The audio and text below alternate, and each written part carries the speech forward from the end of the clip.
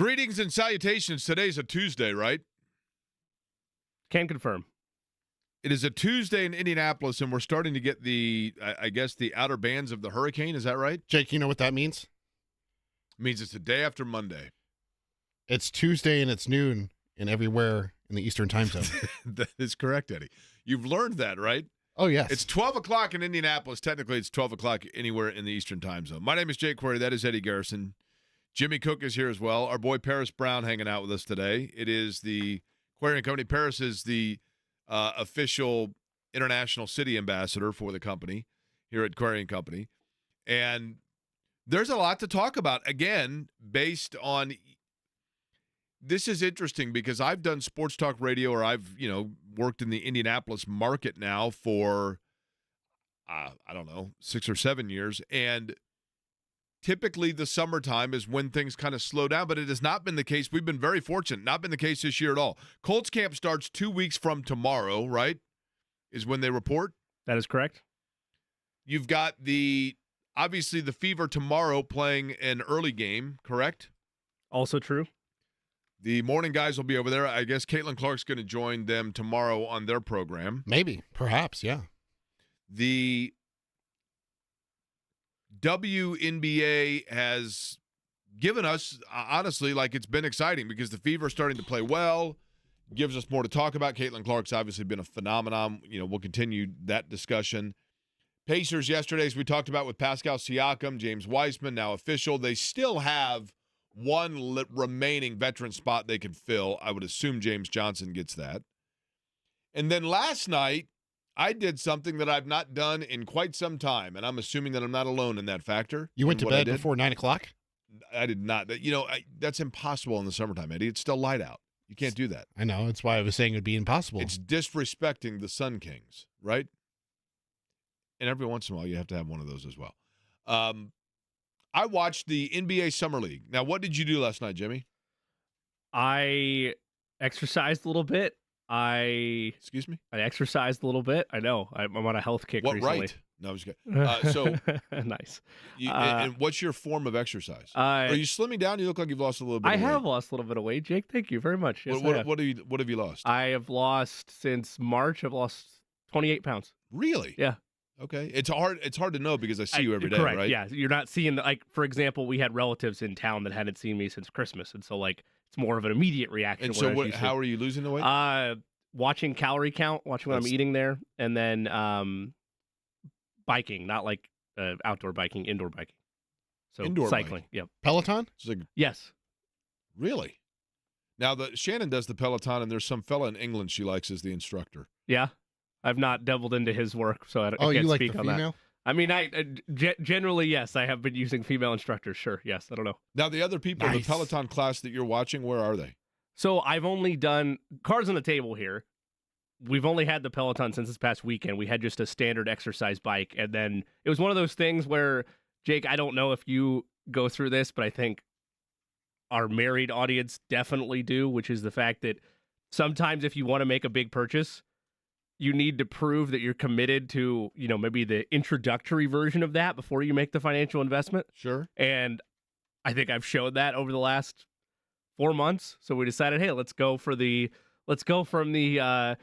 standard Honda Civic to a Rolls Royce in terms of the cycling game. So we've only really just had it for a couple of days.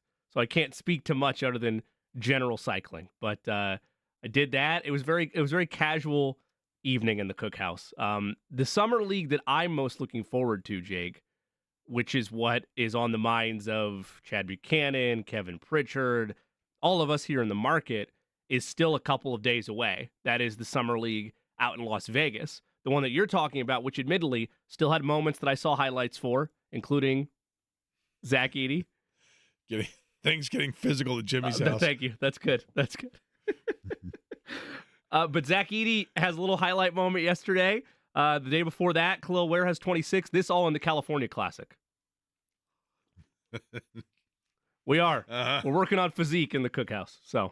But the California Classic is the one you're referring to. I don't usually watch as much of that. I'm watching Olivia Newton-John now. Oh, all right. Well, I'm you totally basked that distracted. in for a second. As rightfully Olivia's so. got on her leg warmers. She's getting horizontal. Let's go. Right? Yes. As you were. I'm sorry. The California Classic is what you have potentially consumed if you've been watching Summer League. No disrespect to the California Classic, but I'm going to disrespect the California Classic. It's not the Summer League, which is what's taking place in Las Vegas here in, I think, 6 days from now. Pacers, to my knowledge, are not out there. Just so you know here.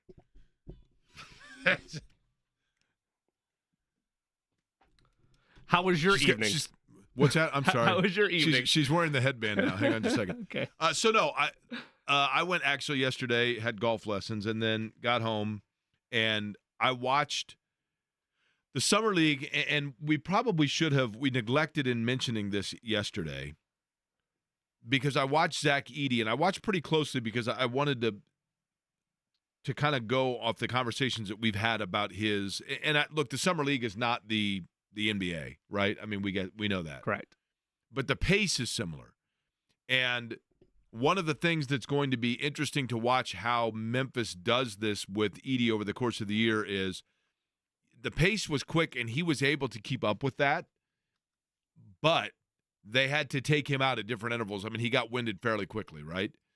That said, the one thing also in the half-court sets that was interesting to me, Jimmy, because you pointed this out, I think, and I watched it, and I could see this being something he's going to have to really adjust to. He does camp in the lane a lot. Yep. And if they call 3 seconds, he's going to have to get used to making sure he's maneuvering in and out of that area. Now, obviously, in the NBA, you don't see as much of like, slow down, let's run half-court set for 30-second type offense. Sure. But with him there, I thought he was active, though, and I thought he showed why he was drafted where he was. Now, again, Summer League is not – I mean, it's apples and oranges here, right? And you could make the argument, and this is – I want to clarify this. I saw the tip in. It was sick. It was great. Like, it was exactly what you mentioned, a late-game need for Zach Edey down by 1, and you just use his size and his presence in a late-game situation. I know that's not what he wants his NBA career to be. I'm not even saying that's all his NBA career can be, but that was what it was, to a T, what you called upon. Put the big fella in there and then let him go make a play. And he did that last night. The only added caveat, other than the fact that it is Summer League, is he's probably, and I haven't looked at every roster, so if I'm wrong, one of you feel free, shoot me down here. He's probably the best big in Summer League.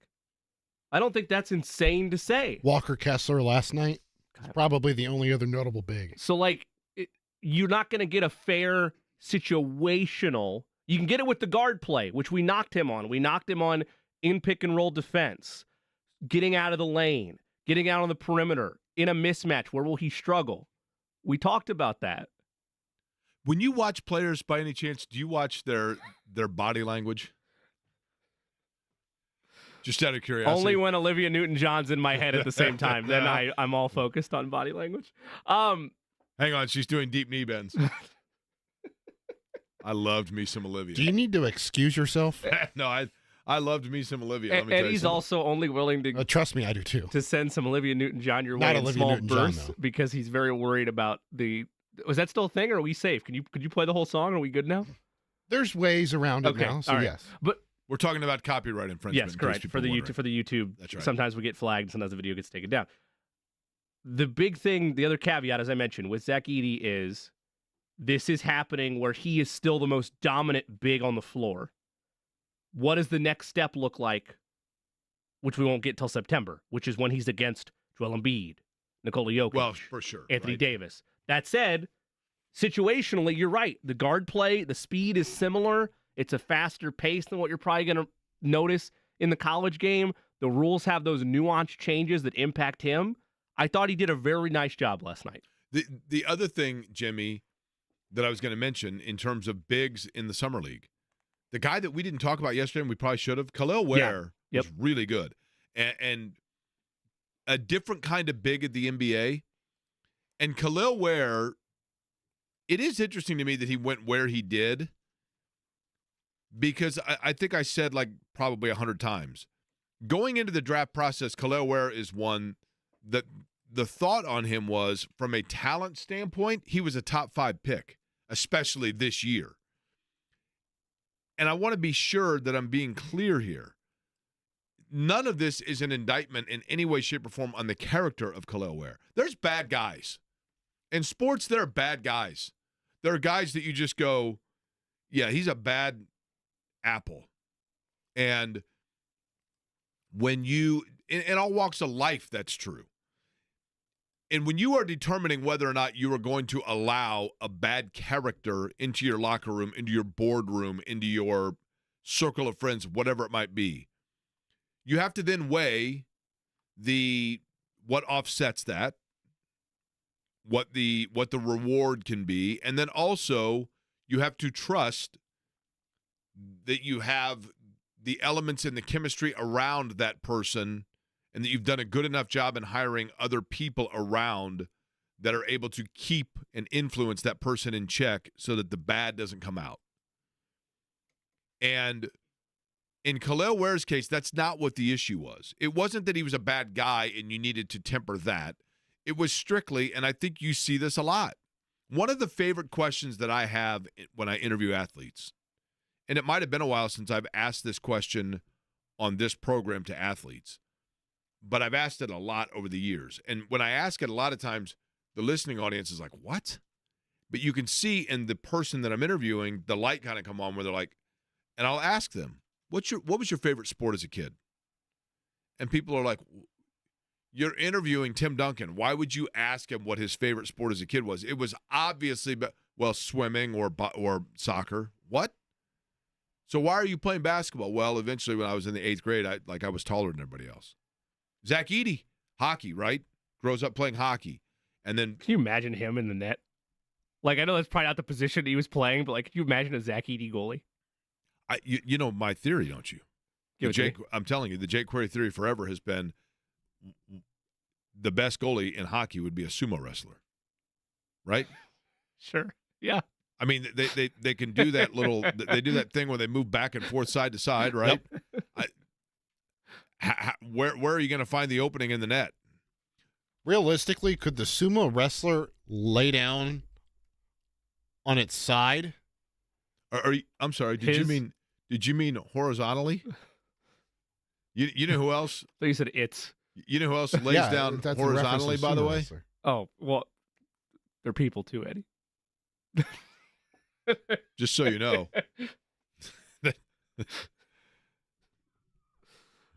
She lays down horizontally in the Let's Get Physical video, just so you know. Okay.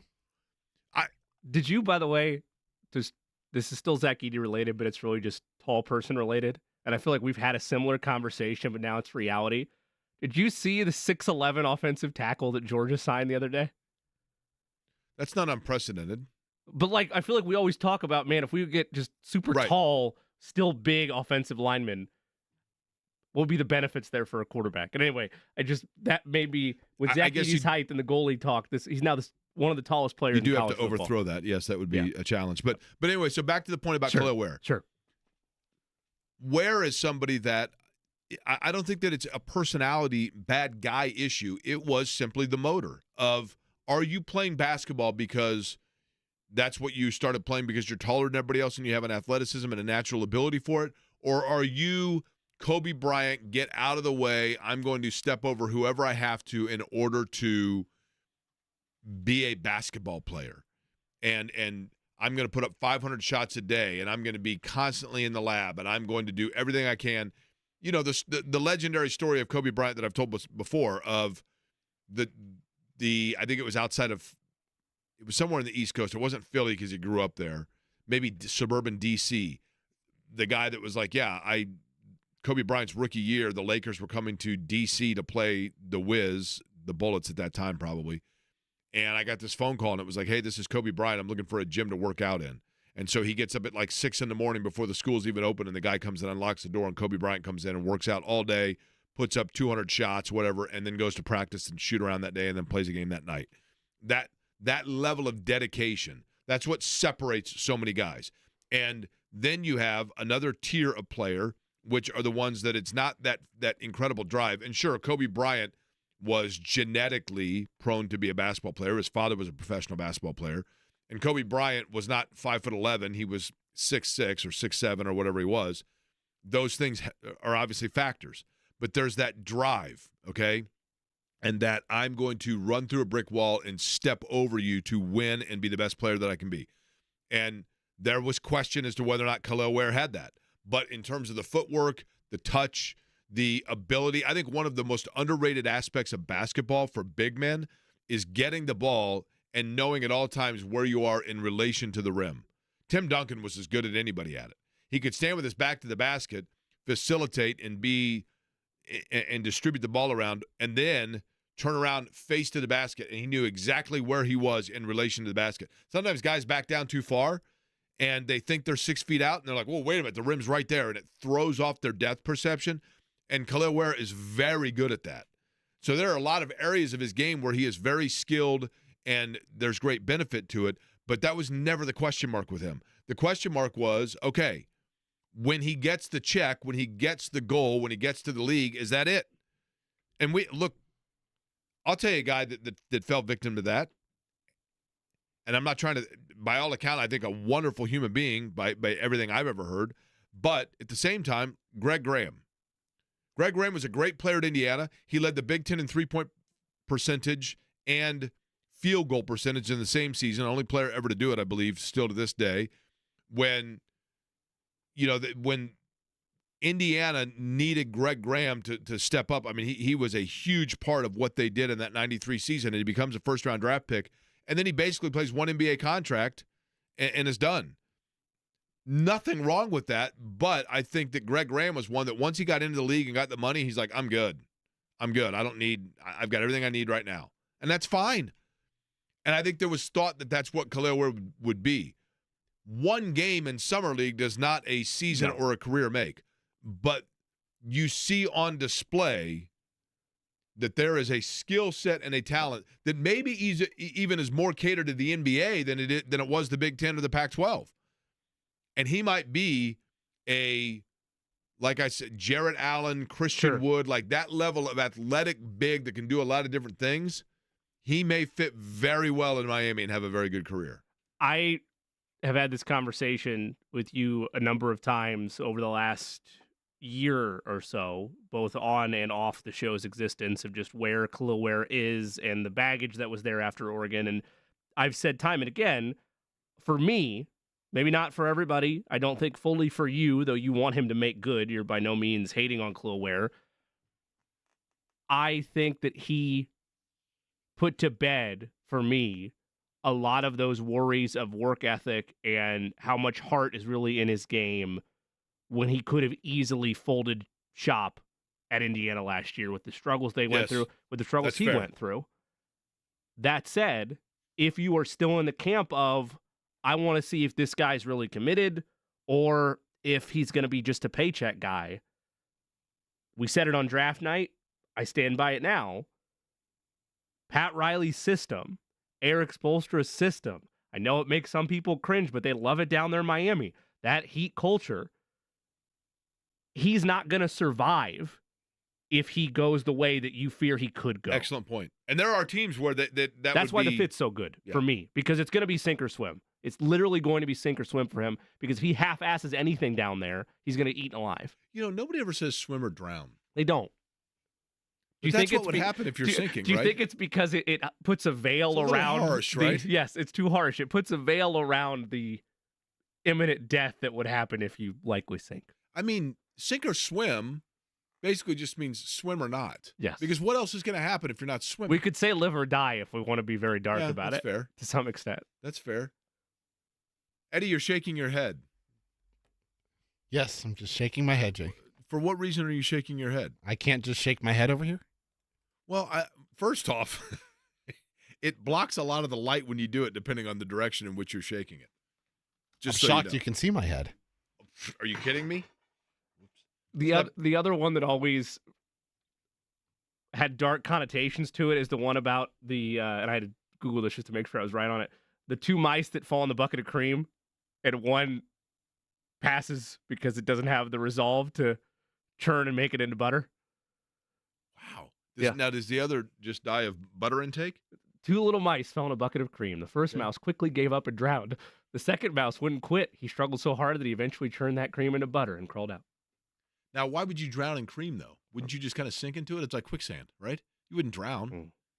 You'd maybe suffocate, I guess, right? Now, just so you know, the second mouse had himself the most lovely meal of slightly buttered mice meal ever known to man. But no, Ware is off to a good start, and I think that was probably eye-opening to people. What do you have, 26-11 in its debut? But it was against Kings too, so like I would have to fully look at the roster. Okay. I said, like you're going up against. That's what I told you yesterday. I know. Summer League does not a season or a career make. I understand, but you would expect and anticipate. Now, here's why we didn't bring up Ware yesterday, if you want the truth of it. Same reason I didn't want to dive too much into Edey, but you kind of had to after the tip-in. It's a non-story if you're playing well in Summer League. It's a story if you're underperforming and look like you don't belong out there. Okay, that's fair. Neither Edey or Ware fit that bill, at least through 2 games.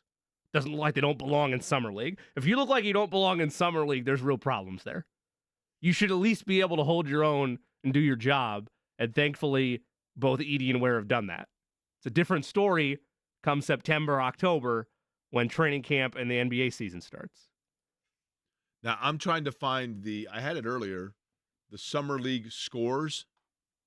Here we go, Summer League scores. Now, let's see who they played. Kel'el Ware with his big game to answer Eddie's question. Here's the roster of who he played for Kings 2. Okay? The center that he went against, now here's the problem. You can't click on the names. Yeah, it's tough. Okay, now you tell me if you've heard of this guy. I have to now Google his name in totality because I'm not sure. Out of Texas Tech, I'm going to let you, Jimmy, pronounce the name here. I don't want to. He's Canadian. Fardaz Imac. Okay. I have no idea. That's Fardaz just Imac. no idea. Who played at Stevenson London High School, followed by Richmond British Columbia High School, followed by the Bridgeton Academy. Then collegiately, okay, the career of Fardaz Imac, who is a 6'11", 245-pound Canadian center, collegiately began at Mercer, then transferred to Utah Valley. After Utah Valley, went to Texas Tech. Then after Texas Tech, went to California. He spent 6 years in college. So this guy has a lot in common with me, which is kind of cool. The thing about Fardaz Imac that I have to most give him You the said tip of the 3 cap different for, ones now. Huh? You've said 3 different versions now. You said my versions, you said Imac, and then you said Emac there. No, I think it's Amik, right? Amik. No, that's the last one you went with. Okay. Amok. The thing about him, this is why this guy's a genius, okay? Starts at Mercer. Now, my buddy Craig Byron is a professor at Mercer, so I got love for Mercer. Good school. Then goes to Utah Valley. My cousin played softball at Utah Valley. All WAC performer. So I got love for Utah Valley. Then goes to Texas Tech. Pat and I coach there. It's cool. Texas Tech. I've been to Lubbock. Went to Buddy Holly's grave. I got love for Texas Tech. Google Translate, by the way, says Fardaz Amac. That doesn't mean anything other than that's what the AI said. So that does not mean that's how it's pronounced. That's just what Google says. The AI says that the AI is Yes. Okay. Now, then he finishes at California. Now, this is the brilliance of this. This is what I do. You accumulate all these college credits, and then you have 1 year left, and you say to them, I don't need NIL money. What I want is this. I want my degree to say that I graduated from the University of California, Berkeley. One of the great public institutions in America, probably one of the top 20 academic schools in the United States. One of the last diplomas with the Pac-12 stamp on it. Correct. Now, depending on when he graduated. So what I would do, if I was right now a college basketball player, I would go to a different university every year just for the name, image, likeness benefit of it. And then my last year, Stanford, Harvard, Yale, one of those schools, I say to them, I want no NIL money, but I want you to accept every one of my transfer credits from Kansas State University. And now all of a sudden, Oakland University, I have 108 credit hours from Oakland University, but as part of the deal of my transfer, I'm going to take underwater basket weaving, bowling, and health and sex education in 9 credit hours my last semester at Stanford University, and I want you to put down that I have a degree from Stanford University in Palo Alto, California. Bada boom, bada bang. I'm good to go.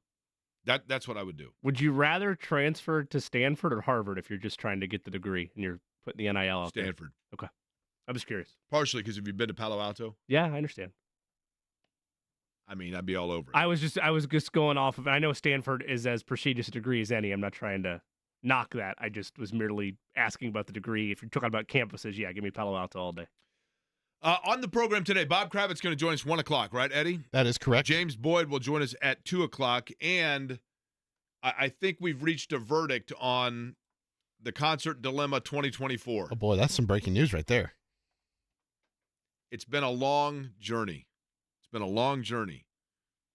But I think a decision's been made. I'll let people know what I'm talking about and what that decision is on the other side. And then Bob Kravitz joining us top of the hour.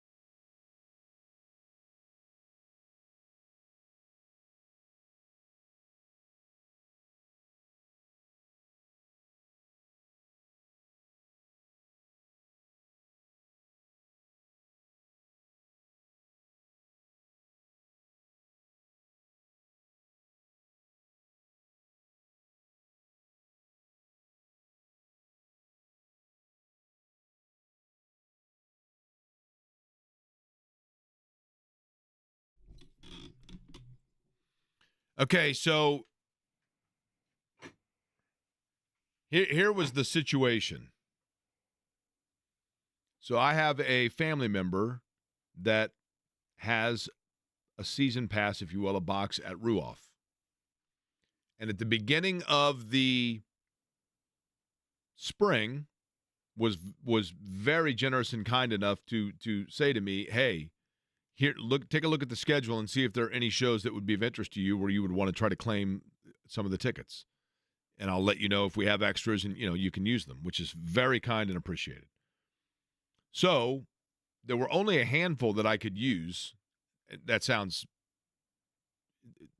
so in other words, it wasn't like I gave a list of like, here's the 10 I want. I just said, well, okay, here are the ones that are even in town for, whatever. Sure. And one of those was Alanis Morissette. I'm fine with Alanis Morissette. She was big when I was in college. Shannon really likes Alanis Morissette, and I think was like excited to go to the Alanis Morissette concert. So I said, okay, and I'll put that one down as a possibility. Flash forward a couple of months later, I've always wanted to see Hootie and the Blowfish. And it's like a comedy of errors. Every single time that I have a Hootie and the Blowfish, like, oh, wow, they're going to be here, whatever. There was one time I had tickets, and the concert got moved to a different date, and it got moved to a date that I was out of town. Another time I had tickets, I kid you not, and the date that I was supposed to go, IndyCar had a race that got moved to the date of the Hootie and the Blowfish concert. Has there ever been a moment during all of this, and I know there's more, I don't mean to stop you after 2, but was there ever a moment where you're like, it's just not meant to be? Yes, because of the following. So, this year, I say to Shannon, you know what?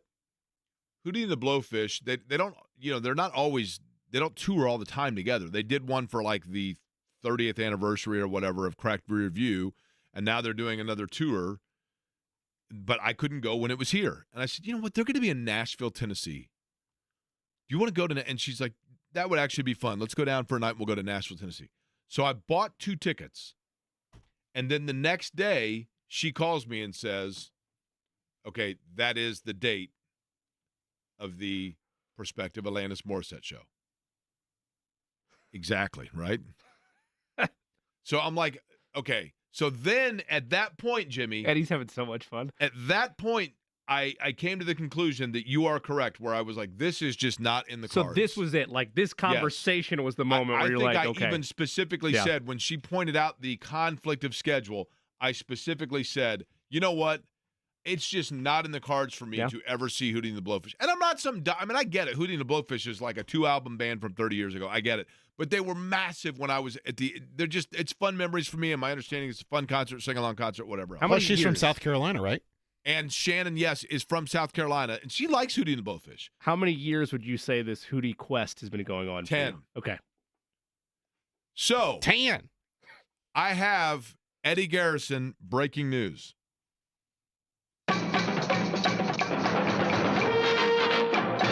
Yesterday, my family member's coworker calls me to say, hey, I want to confirm that you had put in for the possibility of tickets to this particular show, not Alanis Morissette, a different one, and those tickets are going to be available, so can you still use them? And I said, you know what?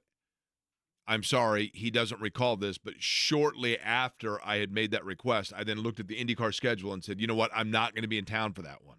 So he clearly forgot that, and while I'm very appreciative that you're calling to give me first dibs on them, I have to decline because, in fact, I am not going to be in town for that show. She said, no problem. We have other people that will want to use them. No problem. I said, great. And then she said, well, I have you down for, and she mentioned another show. And I said, okay, that one, yes, I would still be possible. And I said, but while I have you here, let me tell you my dilemma.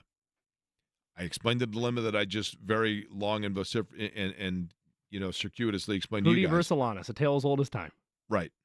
And she says, right here, she goes, oh, wait a minute. He was misinformed. I said, what do you mean? And she said, he donated his tickets to the Alanis Morissette show to the American Heart Association in part of a silent auction fundraiser for their annual fundraiser, which he was the chair for and I was the MC for last year. And this year, he donated the tickets to the Alanis Morissette show for the silent auction. Thus, they're not even available to me. And so guess what? Oh. So the decision was made for me. Yes. So I got news for you. Music City, here we come, baby. Bring it on. Right Hold on. my hand. We're going to Nashville. And this is we, right? Yes. Like Shannon's not now devastated by the news. So And then is like, I say to Shannon, I go, hey, we have a verdict. And she said, what's that? And so I tell her, I said, I found out today the tickets were actually donated for Atlantis. They were never available to begin with. And she looks at me and laughs and says, okay. And I said, no. Why are I'm you so stupid? I said, How stupid I'm you. being totally serious with you. And I said, but the decision was made for me.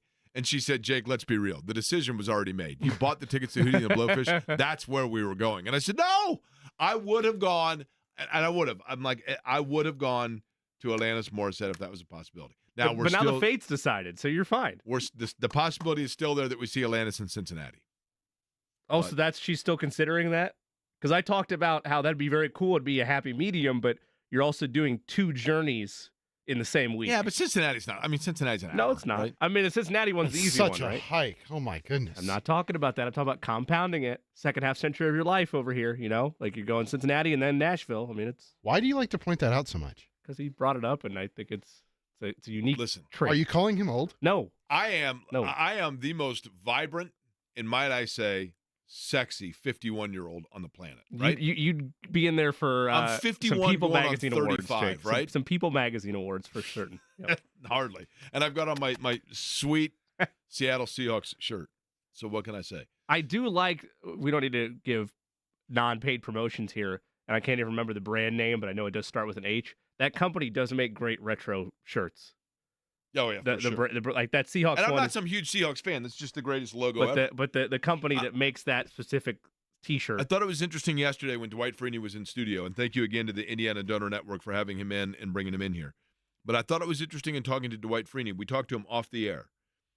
As Dwight Freeney's getting ready to go into the Hall of Fame, I pointed out to him, I mean, he knew this obviously, and I mentioned it yesterday. When you go into the Pro Football Hall of Fame, not the National Football League Hall of Fame, by the way, it's the Pro Football Hall of Fame. When you go into the Pro Football Hall of Fame, have you been to Canton? I've not. It's on the list, but I've not made it there. The Shrine Room is incredible. The rest of the Hall of Fame, quite frankly, feels like a 1977 Holiday Inn like lobby exhibit.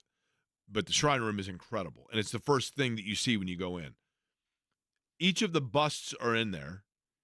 And underneath them, they're just on a podium with a plaque, and then it says the name and the teams of service. That's it. It doesn't say – it may say the years. I don't think it says the years, though. It's just the teams of service. So it doesn't prioritize any one team over another. I think it's just in chronological order. Now, in Dwight Freeney's case, can you, Jimmy Cook, name for me, without looking, please, the franchises that will be on Dallas Clark's plaque? Dwight Freeney's. Dwight Freeney, excuse me. Indianapolis Colts. Bingo. Arizona Cardinals. Seattle Seahawks. Okay. There's one obscure one. You're missing 3. Missing Mhm. 3. Oh, yeah. Man. Eddie, you could take the wheel. Atlanta Falcons. That's Yes, right. sir. That was Because he appeared in that Super Bowl. Yep. Correct? The Detroit Tigers, Well, not the Tigers. or Lions, sorry. Correct. I was a we baseball got a mind. Dwight Freeney Wikipedia page over there. No. All I'm saying. No. Just saw it. Liar.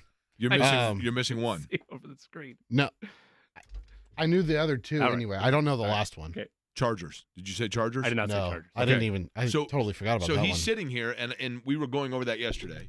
And I said, now, for which team did you play the fewest number of games? And he said, I'm pretty sure it was Seattle. Seattle or Detroit. But I think he said, and he was thinking it, and he's like, I think it was Seattle. That's him saying that. Right. And so I said, I got to be honest with you. If I were Dwight Freeney, and I was in that situation, even if it was just for 2 games for Seattle, I would have done that strictly to load up on as much of the swag and the T-shirts as possible, because it's the best logo in the league. And the watermelon gummies. And the watermelon gums, yeah. So, They have those in the pro shop? Do we know and that? Dwight Freeney, you guys saw it Yeah, right yeah, I here. did. Dwight Freeney is like, oh, man, it was a great spot. He's like, totally agree. He's like, that logo and those colors are awesome. He was all about it. He's like, absolutely, totally agree. I like to imagine you getting an invite to camp, and it's just like, man, he's bringing these heavy duffel bags in and out of here every day. Well, I don't get what this guy's deal is. So one of the favorite interviews that I ever conducted was when the Baltimore Colts moved to Indianapolis. They, obviously everybody knows the story of loading up the Mayflower trucks and moving out in the middle of the night. The way that they did that was they called, kid you not, a fraternity at the University of Maryland. It might have been Maryland, Baltimore County, but I think it was University of Maryland in College Park, which I'm assuming is like 45 minutes from Baltimore. Somebody that worked for the Colts, their son was in the fraternity or whatever. But we interviewed on the radio one of the guys, that was a fraternity. Literally, he said they were sitting around the fraternity house eating pizza, playing foosball, whatever. And somebody comes in and goes, "Hey, we need like 20 guys. Anybody want to make $20 an hour helping move somebody in Baltimore?" Yeah, $20 an hour. How long is it going to take? Just for the night. It's going to be a 5-hour job. Everybody make $100. Oh, great beer money. Let's go. So they go and they get there and they're like, "Wait a minute, this is the Baltimore Colts." And they say to them, you just got to start loading up bags, loading up literally boxes of desk stuff. All of it is going onto these 5 Mayflower trucks, and it's got to be done by midnight. So they're just loading stuff up. Well, the guy was telling us, he said, the funny part about it, and he said nobody even really said anything to us, I think because they were in such a hurry to get out of there, they just didn't even worry about it. And he said, but every one of us looked like the Michelin Man by the end of it because we were putting on so many sweatshirts and jerseys and T-shirts and workout pants, just stealing all of it, right? Just loading up on merchandise. That would be me with a workout with virtually any team, though. Sure. I mean, in the NBA, just those shirts that you get, Pacers basketball, whatever that you see, there is a photo of Jalen Brunson.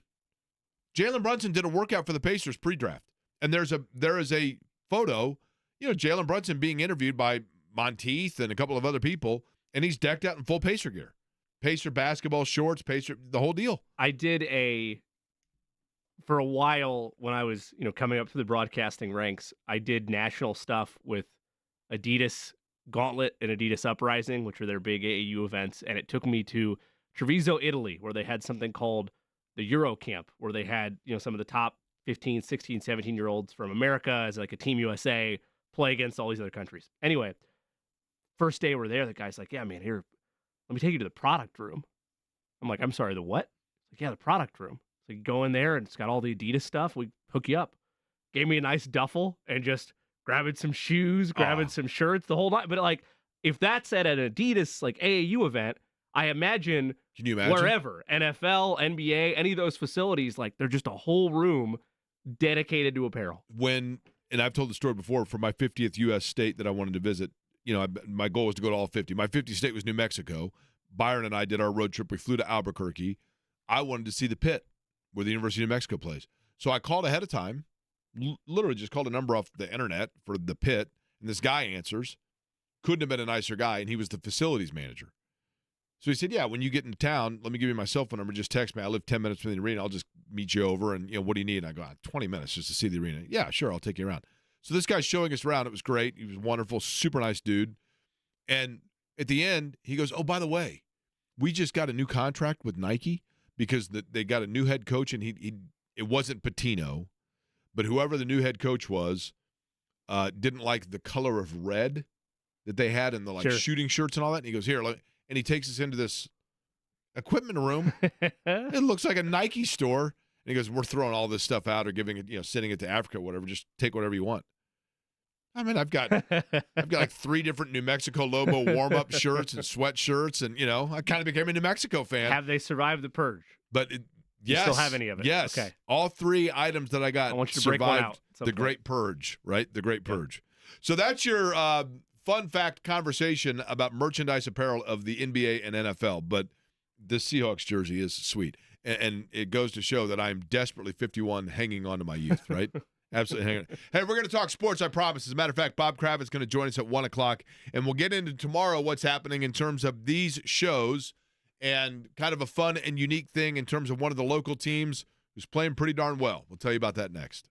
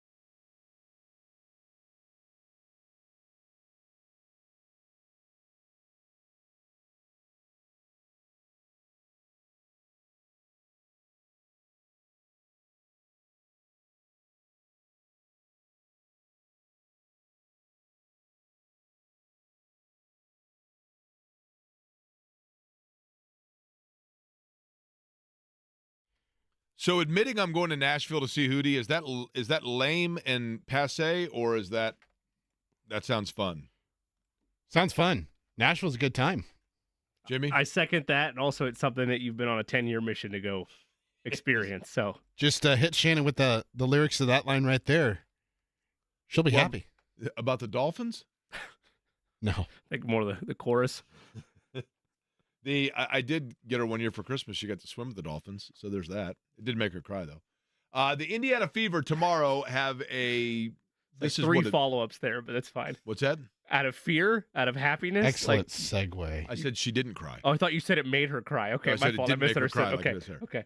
The Indiana Fever tomorrow. It is a noon tip. Is that correct, Eddie? Yes, sir, it is. Against the Mystics of Washington. That is also correct. Washington it is. And the morning guys, KB and Andy, are going to be broadcasting from over there. My anticipation is that they will have a number of player interviews leading up to that game on tomorrow's morning program. And Caitlin Clark is expected or anticipated to be one of them, which is very cool. The Fever themselves, Jimmy, we've talked about this, but don't look now. But Christy Sides was under a lot of heat at the beginning of the year that they weren't using Caitlin Clark correctly and that their balance wasn't, their offense wasn't catering to her, or vice versa. The rest of the team wasn't to her, or she wasn't doing what she needed with the rest of the team, etc. And the coach is a disaster, and they're going to bring back Caitlin Clark's college coach and all that. And you know what? Credit to the franchise and just the brass. I think they've kind of steadied the waters there and weathered that storm. The early schedule for them was grueling. It's a tough schedule anyway in the league because there's only so many teams.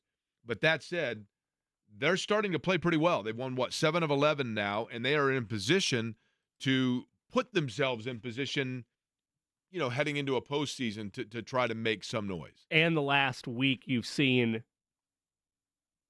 signature wins. Is that the right phrase you want to use there? I don't know if Phoenix fits that build or not. They're fourth within their conference, but New York certainly does. The best team in the WNBA as it stands right now, and you're able to get a hard-fought win over them over the weekend where you're very good at limiting them in that fourth quarter. I think just 16 points scored, if I'm not mistaken, by the Liberty. That's also the Caitlin Clark triple-double game where she becomes the first WNBA rookie to ever record one. And now you start to see a shift towards these final couple of games before the Olympic break where they're off for about a month. Where are they positioned post-Olympic break in the playoff hunt? Because they're 7th of 8 right now. Right. And I think that there is an expectation, there has been undoubtedly, both in the community and in that franchise, from the moment that they knew they were getting Caitlin Clark back in February. This should be a playoff team this year. And you're right, Jake. The schedule was incredibly daunting out of the gate, but now you're starting to see not just wins against inferior competition or competition they feel like they have separated themselves from versus a year ago. You're seeing it against teams that are the tier you'd like to be in 2 or 3 years. And you're seeing them all to a point that you've made throughout this rookie campaign for Caitlin Clark. You're seeing them as a roster start to gel together. You're seeing the Aaliyah Boston and Clark connection come together to a point that there's a real level of confidence that this could be a playoff team squarely in by the time we fast forward to a couple months from now.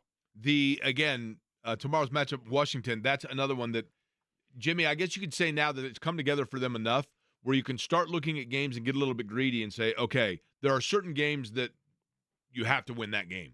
Yes. Washington's one of them. Yes, it's in the same realm of a year ago as a number one selecting team or as a team in the lottery again, and then obviously winning that and getting the first overall pick. You would think back-to-back years of top picks that, okay, it's time to separate yourselves from the bottom of the league. And for a while, this rookie campaign, that was all you could say was they've separated themselves from the bottom, but they're not near the top tier of the league. Now they're starting to show, no, we are a confident group. We are growing together. And then when you have a matchup like the Mystics, who are near the bottom of the league, it should be a statement game. It should be a taking care of business game versus I don't know, there's still flaws in this roster. Are they really better than these non-playoff lottery teams? The answer should be yes at this stage. That's the type of mentality and growth that you're expecting now, not playing down to your competition. By the way, I want you to look at the standings in the WNBA, and then we'll probably do this after we have Bob on. But there are three teams in the WNBA that I have no idea how they came up with their name. The rest of them, I think I can tell you. It's a weird skill that I have. I have this weird ability with most franchises to know the origin of their name, but there are three that make kind of no sense. All right. See if you can figure out what they are. But Bob Kravitz raised a bunch of money yesterday for a very important cause that is close to him. We'll ask him about that. We'll talk about that and get into what we were just discussing in terms of the continued gelling immersion, if you will. Caitlin Clark, the Fever, and the Colts getting ready for camp in a couple of weeks. Bob Kravitz next.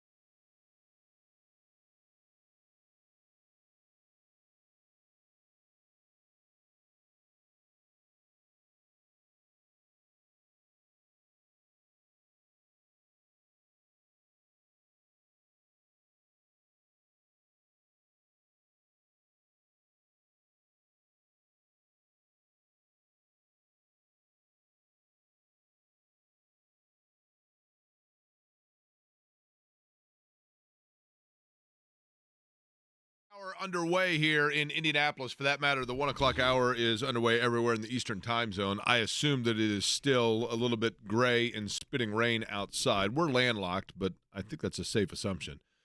Joining us now on the Express Pro Tire and Auto guest line, Musings of an Old Sports Writer on Substack is the name of the column for Bob Kravitz, which continues to grow. And, Bob, I want to begin with this. I think sometimes in life when we have setbacks or adversity or negatives that come our way, you got two choices. One is to dwell on it. The other is to try to turn it into something positive. You did exactly that when your mother was, hit by a dreaded disease and it impacted your family. And yesterday, in what continues to grow as well, your annual golf outing, where you raised more than just a couple bucks, right? We did. We raised more than beyond our goal. We raised almost $80,000, like you say, it continues to grow. We had a great day, great weather, great conditions. I can't thank the organizers enough, the volunteers, the golfers, the celebrities. It was great. Gene Cady got there really early, and he got there when I got there. It was great. And we sat and talked for a good half hour. He couldn't have been nicer to everybody. So, yeah, we raised good money for a good cause, and I like to think my mom would be pretty proud of what we did. And that cause, by the way, is the continued battle against ALS, correct? It is. All the funds go to ALS Association, goes toward finding a cure for something that they haven't found a cure for in over 100 years. And it goes for helping those afflicted with ALS with, carts, with wheelchairs, with different kinds of stuff that they can use to make their lives a little easier. Bob, let's get into, and congratulations on that yesterday. Thank you. Let's get into the fever, which, it's interesting. In the summertime, in Indianapolis in particular with sports, I mean, typically the Colts are always a big story. But summer, as you know, is when storylines kind of wane a little bit. And yet here the Fever this has been great, right? Because they've become a real talking point and buzz. I had mentioned yesterday, I walked into a gas station and I see three people of three different age groups standing around there talking about Caitlin Clark. I mean, just three strangers seemingly in a gas station. But this is starting to become more than just a cultural phenomenon, and now it's starting to show itself on the basketball court. Your impressions of the evolution of the Fever this year? She has been nothing less than a cultural earthquake. I mean, my friends at the golf course where I play, Prairie View, are not guys who care much about women's basketball, if they care about basketball at all. And they're talking to me about Caitlin Clark. They are completely over the moon about this young player and what this team is starting to do. And it's changed everything. It's been great for me because I got something to write about during the summer. And I'm sure it's great for you guys because you got something to talk about during the summer. She's become appointment viewing. When I'm not covering a game or sitting at home, I'll go out to the local pub and the game is on. You don't have to ask to put the game on. It has completely turned this city upside down. Bob, when I look at the column that you just wrote, which is basically advocating on Musing of an Old Sports Writer, advocating for Caitlin Clark as Rookie of the Year, and this inherent battle that we have going on between Caitlin Clark and Angel Reese. Jake and I talked about it yesterday. I had a relative who's a longtime basketball fan basically asked me if I felt like this was kind of a Bird Magic type of moment deal for the women's game, because there's a ton of parallels there based on the collegiate, adversarial aspect of it, and then them both being in the same draft class and following their careers together. But as you looked at it, and there's been a pull nationally recently to push for Angel Reese, and the betting odds have closed because she has been a double-double machine. It sets the record for consecutive double-doubles in WNBA history. But statistically speaking, Clark has the edge in a lot of categories. And as you see it, and I kind of do too, I don't know that it's as close as some of the betting odds and some of the national pundits are making it. To me, it's a contrarian stretch. It's a good column that will get everybody excited. oh, wait, maybe Angel Reese deserves Rookie of the Year. Look at all these double-doubles. Well, a lot of players, a lot of rookies, I would imagine, have had double-doubles over the course of the years. I would imagine Tamika had plenty. But no player in the history of the WNBA, no rookie, has ever had a triple-double. You look at the ways she impacts winning. Now, I acknowledge, and I'm sure you guys are the same way, we've seen a lot more of Caitlin Clark than we have of Angel Reese. And when I have seen Angel Reese, she's been very impressive. The idea that she was the 7th pick in the draft is unbelievable. But, no, to me, it's not as close as contrarians would like to think. It makes for a good storyline. It gets you some clicks, but I just don't think it's particularly true. Bob, the question that I've asked about Caitlin Clark to a number of people, because I don't know, I'm curious your perspective on this. As the Fever have, like we talked about, won 7 of 11, they're clearly playing pretty good basketball now. And Yeah. Caitlin Clark is as well. Was it more about Caitlin Clark learning how to acclimate to the new game and assimilate with her teammates, or about veteran teammates learning how to incorporate Caitlin Clark? Yeah, I think that's one of those all the above answers. I think she was kind of lost the first couple of games, especially defensively. She was horrible defensively. She's never been known as a great defensive player, but yeah, I mean, some of it was her. But I'm telling you, I mean, how many times I'd go to a game and she'd make these wonderful passes, especially push-ahead passes, and they couldn't handle them.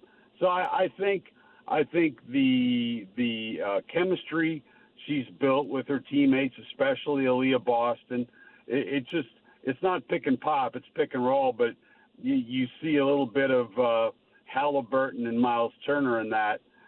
They just work so well together. And then, I mean, it's a little bit of both is what I'm trying to say in English.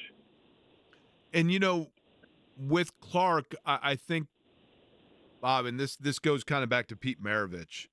I remember my dad telling me, Pete Maravich would throw these passes where he had eyes in the back of his head, and then all of a sudden, guys were bobbling it and whatever else because they weren't anticipating it. I don't mean that to diminish the skill set of other Fever players, but I think it took them a while, did it not, to also kind of know her feel, right, and her vision. Right. You've got to look at the game through one set of eyes, and that was what was so great about Marvin Harrison and Peyton Manning, or Peyton and Reggie. You got to look at the game through one set of eyes, and I think they were looking at the game through 5 sets of eyes early in the season. There just wasn't any chemistry. And let me just say, I don't know where these tweets come from, but early in the season, you would have thought that Christy Sides had stolen the Lindbergh baby. I mean, every time they lost, my Twitter feed was just overwhelmed with Christy Sides hatred. She's done a damn good job getting this thing back on course. And what people needed to understand was the early part of the schedule was outrageously difficult and even unfair to a certain degree, especially given the Fever's situation with a rookie and the least experienced team in the league. Bob, I know that the long-term answer to this question is yes, of course, it has to happen. But to sustain the level of statewide interest, not nationally, but statewide interest that has occurred where we're spending time during the summer, not just us, but as Jake mentioned, people at your local watering hole discussing this team. Does a postseason appearance have to follow this year? Like this season, does it have to be a playoff team to sustain that level of interest going into next season? Certainly 4 or 5 years out, you can't expect the eyeballs to still stay there if they're not producing a winning product. So just focused on this year, not with sides. I'm not talking about any job security. I just mean the product itself for the Fever. Does it have to be a playoff team? I don't think so. I also think this thing's got legs. This thing, as long as they are competitive and they're looking at a playoff spot maybe next year, I think that the love affair will continue. I mean, I went the other day. They had over 17,000 people there. It's just, it is amazing to me. But I think about sports when I was young that were really big, that are no longer big, like boxing, horse racing, stuff like that. And I mean, this young woman has changed the landscape of sports completely, and it's really a remarkable thing to see. Bob Kravitz is our guest. He is on the Express Pro Tire and Auto guest line. Bob, shifting gears from the Fever to the Colts, and we'll get into the fact that camp starts in a couple weeks here in a second. I wanted to ask your thought on this, and that is, I had concern with the situation above and beyond the obvious, which was the health of the young boy, but I had concern about the Daniel Muir storyline, not only because of the obvious, but also because, and I think you're probably with me on this, we had started hearing rumblings about this. I don't know how to word it, but the potential for some odd things going on involving former Colts players at this compound in Logansport. And I was really worried this story was going to grow tentacles that were going to become very ugly. Fortunately, the boy is okay, but just your overall thoughts on whether or not you think that's an invalid, I guess, standpoint for me. No, I mean, look, I mean, we ESPN.com wrote a story about it. Robert Mathis, in particular, was very involved in that group. I don't know if he still is. I haven't asked him, and probably won't. So it's terrifying. I mean, it's got kind of a mini Waco feel to it. You say cult to me, and I get the willies. So it's a very distressing story, and thank God the young boy is okay, but he got on the wrong end of a couple of punches there, and that should never ever happen, especially involving a parent. And with that, Bob, and maybe this is irresponsible of me to ask, and if so, I apologize. Do you feel like this is that we have reached a conclusion to that story, or is there still a concern that there could be more layers to the onion? No, I think there's more layers to it. I really do, and it's something I'm going to look into now that you brought it up. Again, we're talking about a group. Was it Gabir Bijamila? Correct, from Green Bay. From Green Bay, yeah. He started this whole thing. They've got some weird ideas about a lot of stuff, but then some of our mainstream politicians have a lot of weird thoughts about things. But when it gets to the point where it got with the young Muir boy, that's when you need to take notice and something needs to be done. As for the Colts and the current status of them, they get underway 2 weeks from tomorrow, I believe it is, for camp. Anthony Richardson's going to be the biggest storyline, Bob, but what's second? What's second? Well, let me think about this one. I think the one guy who's going to have a lot of eyes on him is A.D. Mitchell, the wide receiver, the rookie, because I think they're looking at him to displace Pierce. Pierce just, hasn't, maybe in his third year or something, but usually if you don't see much of anything through 2 years. Now, I understand he has never really played with a strong-armed quarterback, and he is, by most accounts, a deep threat. So, maybe he emerges this year. One of the things that I'm most curious about is their secondary. I think they are very thin there. Just not a ton of depth and not a ton of experience, and that scares me a little bit. Although I think their defensive line is going to be monstrous, and that's going to help the secondary quite a bit. Bob, I'm the resident degenerate here on the Fan, so it's natural that I will involve betting lines wherever I can. But I was just looking at the course of this conversation for where the Colts stack up versus where I perceive that they stacked up in the AFC South. And maybe this is obvious and I'm missing the plot, but are you surprised that they're a fairly distant third compared to where Houston and Jacksonville are from a just pure betting / prognostication standpoint of where they stand in the AFC South? Well, I'm bullish on Houston for sure. Yeah, you mean both, for sure. But Jacksonville, I mean, they had a weird season. They fell apart at the end of the year, if I'm remembering correctly. But no, I think the Colts are going to be second in the division. I think they're going to win probably about 10 games. Keep in mind, I'm the guy who told you they were going to win 3 last year. So what in the hell do I know? Well, that's why I love the exercise itself, because some people hate the whole prediction exercise, but you just, especially with a team like that, and it's so much of it hinging on the health of the quarterback, you just don't know. Since we're here, you say what, 10-ish games? It's 8.5 is the win total this year, by the way. 10 sounds. I'm sorry. What's your over? 8.5. 8.5. I'm taking the over. Yeah, I'm with you on that. Yeah. That seems. I mean, they won 9 with Gardner Minshew, right, for crying out loud. Yeah, assuming they stay healthy, that's almost impossible to think they don't eclipse that. Bob, I want to go back to something you said because I think it's intriguing about Alec Pierce. I don't disagree with you that Alec Pierce, he probably has the least firm hold on the position with which he enters the camp. But do you think there is truth to the fact that we can't fairly judge Alec Pierce because he is a behind-the-defense stretch receiver and they didn't have a quarterback to get him the ball? No, I mentioned that earlier that, we don't completely know.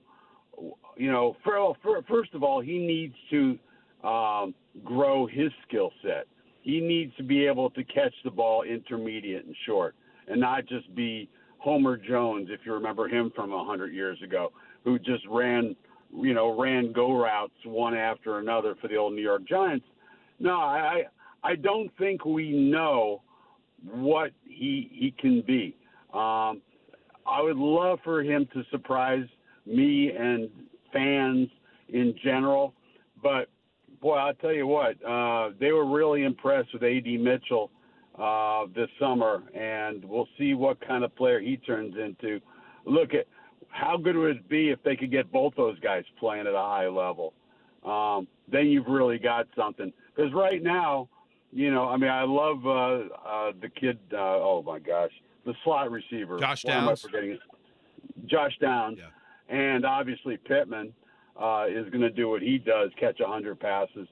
So they're okay there, but they need that second wideout. They need that bookend to Pittman. And if it's Pierce, great. If it's Mitchell, great. And if it's both of them, then now you're talking about Cincinnati Bengals type wide receiving. Bob Kravitz is our guest. You can find his work, Musings of an Old Sports Writer. He joins us on the Express Pro Tire and Auto guest line. The other side of that coin, as you mentioned a little bit there, Bob, is A.D. Mitchell. Maybe not this season, but the way the Colts are talking about him, because you're right, it's been high-level praise for the Texas product.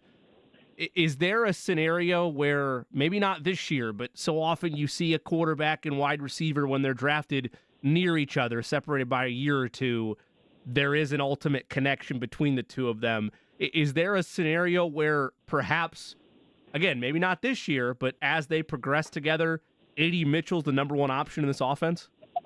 I think that's possible, but until further notice, it's Michael Pittman. Yeah. I think Michael Pittman is underestimated by a lot of people. I think he's a wonderful player. Look, A.D. Mitchell might be special.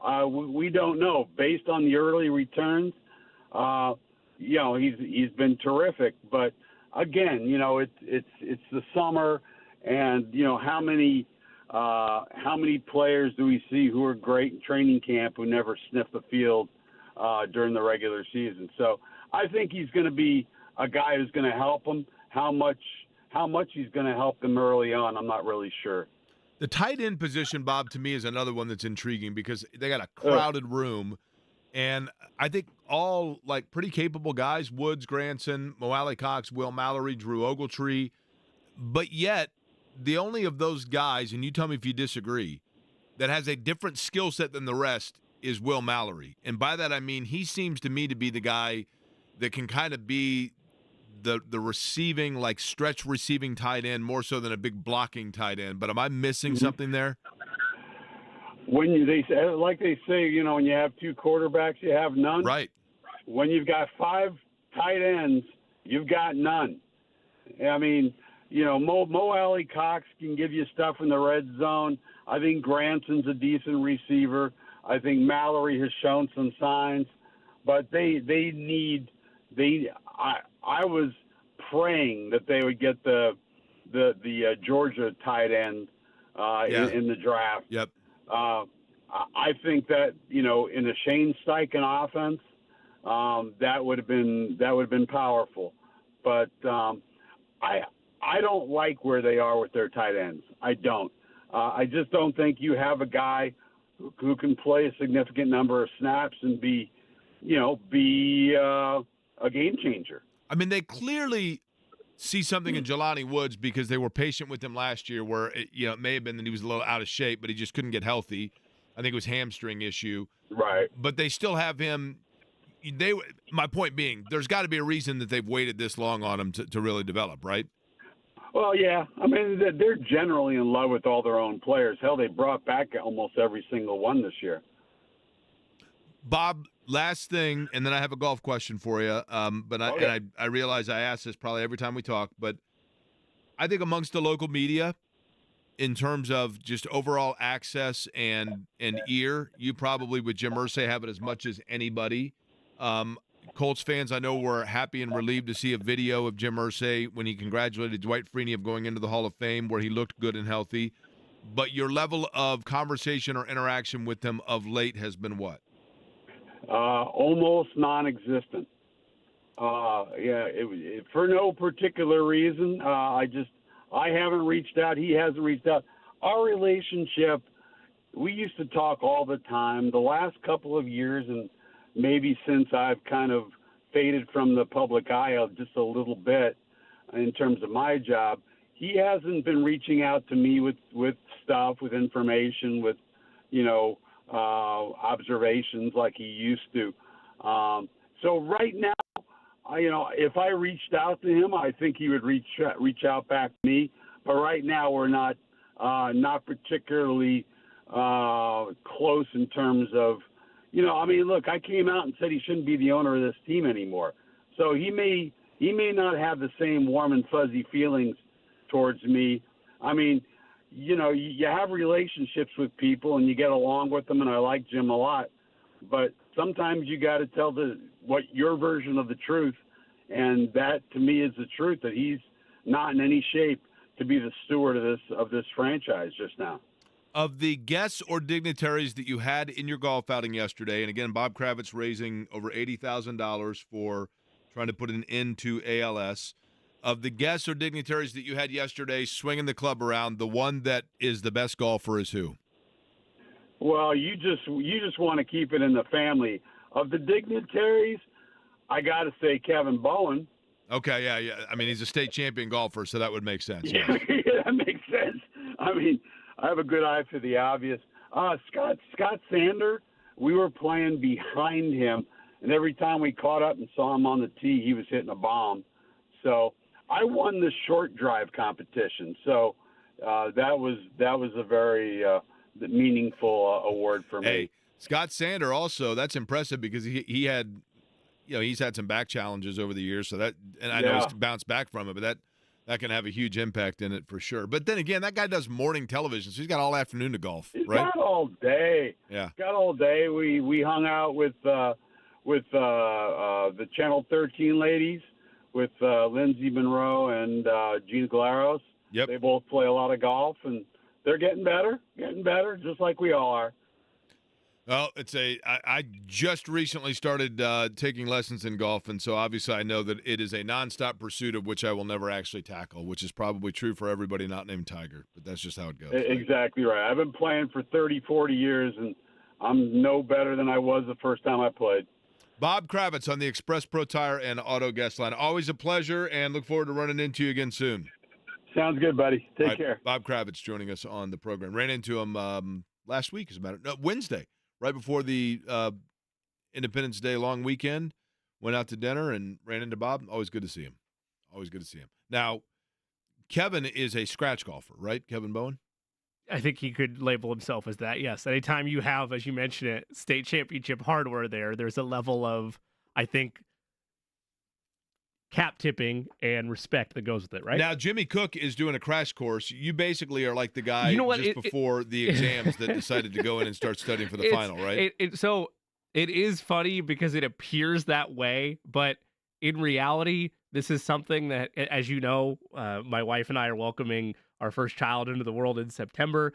And for the last 2 years, my wife has said, hey, if you want to go get golf lessons, there'll be a Christmas gift or a birthday gift, whatever. And so it's been there on hold. So now I finally just said, man, kid's coming in September. I don't know how much time I'm actually going to have to just take straight from work, go do golf lessons. So I am doing it now. But yes, it would appear I'm trying to go from a D+ to a C- with this crash course. And of Well, course, we knew that's- you were doing it. Jimmy. Okay. That's all right. because the fan on the Back Nine Golf Tournament coming up for Franciscan Health on Thursday, July 18th. That, yes, in fact, means 1 week from this Thursday. All going Jake, to be at the Back Nine Golf and Entertainment Complex. I have Yes, breaking sir? news. Okay. Eddie? We have one bay left. We have one bay left at the Back Nine Golf and Entertainment Really? Center. So if you're trying to be a part of this great event, hanging out with all your friends, the fan, playing hooky from work, we have one bay left available. And to keep you. in mind, everything's going to get underway at 11 o'clock a week from Thursday with both shows of the afternoon likeness, meaning during the time frame that we're talking about. That would be our show and then the Ride with J&B, all going to be broadcasting live. There'll be a silent auction, all to benefit Franciscan Health Foundation there with great experiences to bid on, sports memorabilia to bid on. Obviously a lot of fun food and great refreshments. Jack Daniels, the sponsor, so drinks from them as well. So one bay left, and if you're lucky, it might be on that third floor where you can look right into downtown when you hit the ball. Every setup's beautiful, but that one on the third floor, if you're lucky enough to be up there, it's as nice a view of the city as you'll find. Pretty darn cool, right? Mhm. Just better hope I'm not up there, right? Let me tell you something. Because you'll be blocking the view. That's right. You can't. You're like, I think I see Lucas Oil Stadium, or it's the back of Eddie's head. Same size, same dimension.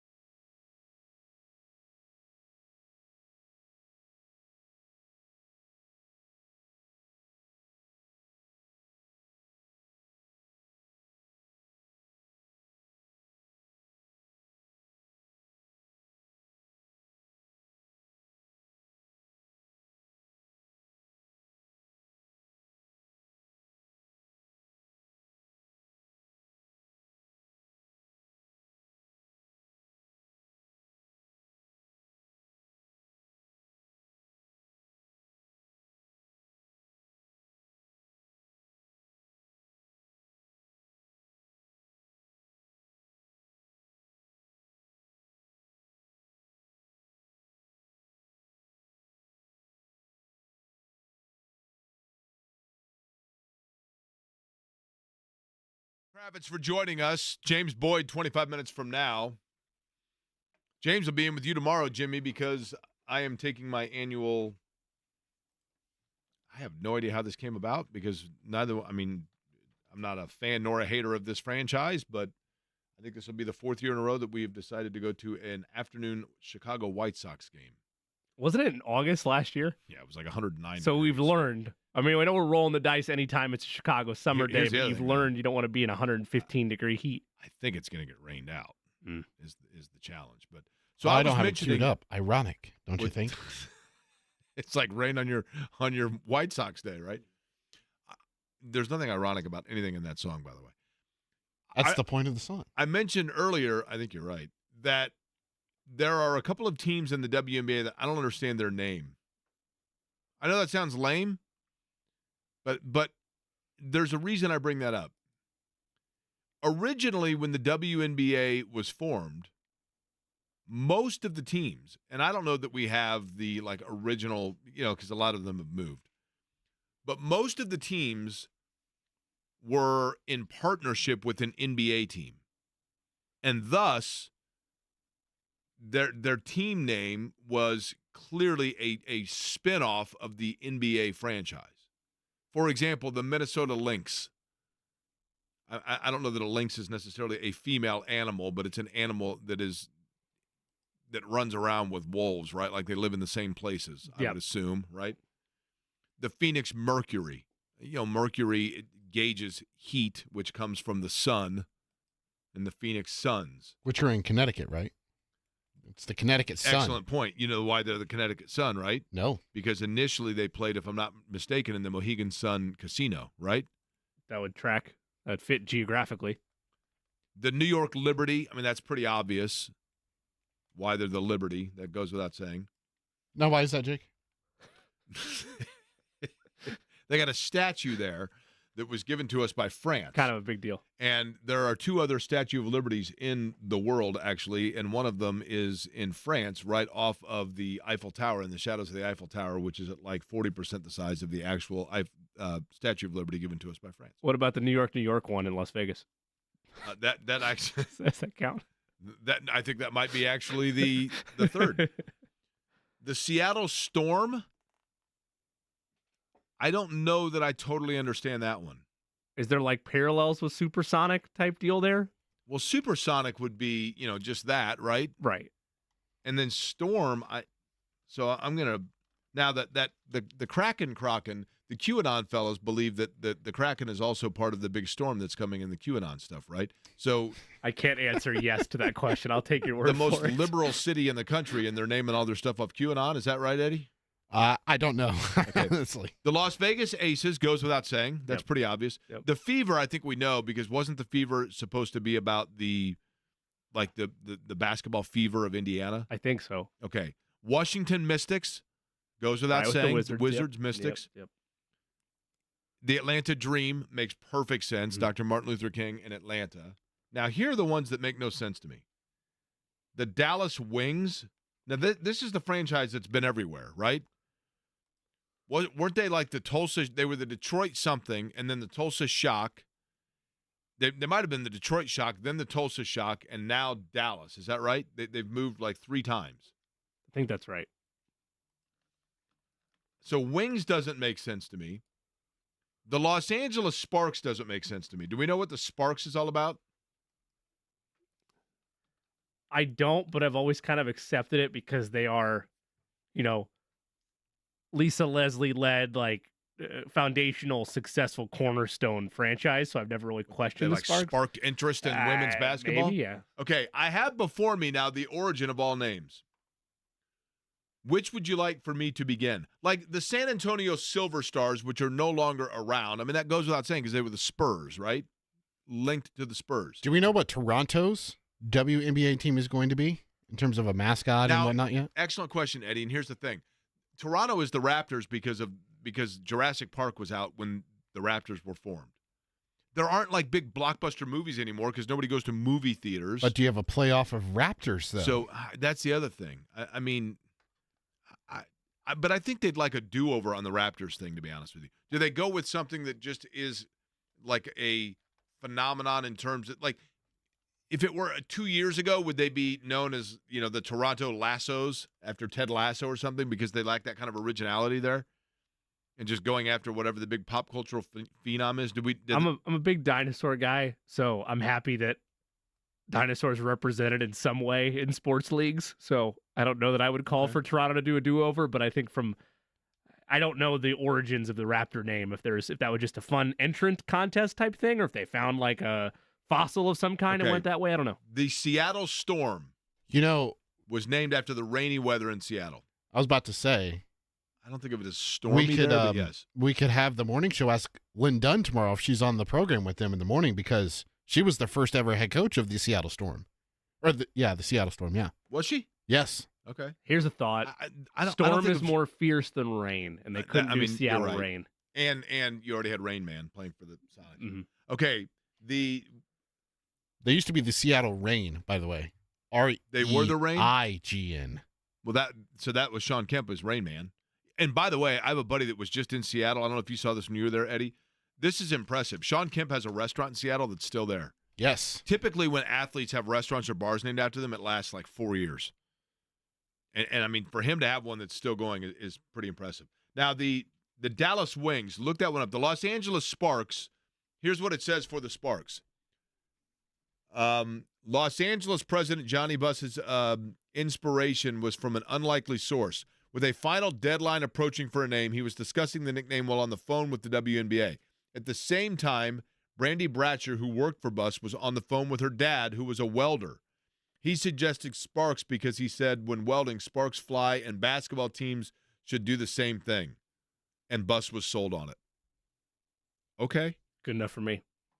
Dallas Wings is the last one that I want to know about. Can confirm used to be the Detroit Shock from 1998 to 2009, the Tulsa Shock from 2010 to 2015, and 16 to present. Dallas Detroit Wings. Shock makes sense because, and I'm sure it was a double entendre of some sort, but you have pistons and then shocks in a car also, right? I assume that's part of it.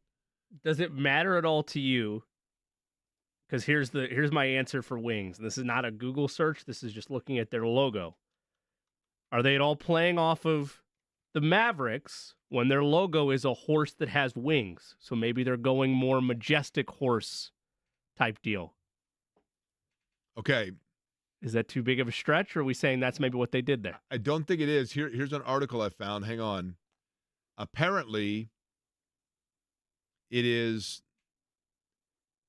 identifiable to Dallas since 1934 in the depiction of Pegasus, when the Magnolia Oil Company installed a neon-winged horse in Dallas. There you go. So there you go. Okay, I guess. We'll work with it. There was talk there has been talk, I don't know how serious it's ever gotten, of if the Colts had to relinquish Colts back to Baltimore, which would never happen, I realize. But if they did, what would you call an Indianapolis pro sports franchise? If you couldn't be the Colts. Yeah. I mean, I feel like that this goes back to that conversation with the gentleman whose name I'm forgetting, who has the copyright apparently on it, but I know we talked about the Slicks. If you were to, Sean, yep.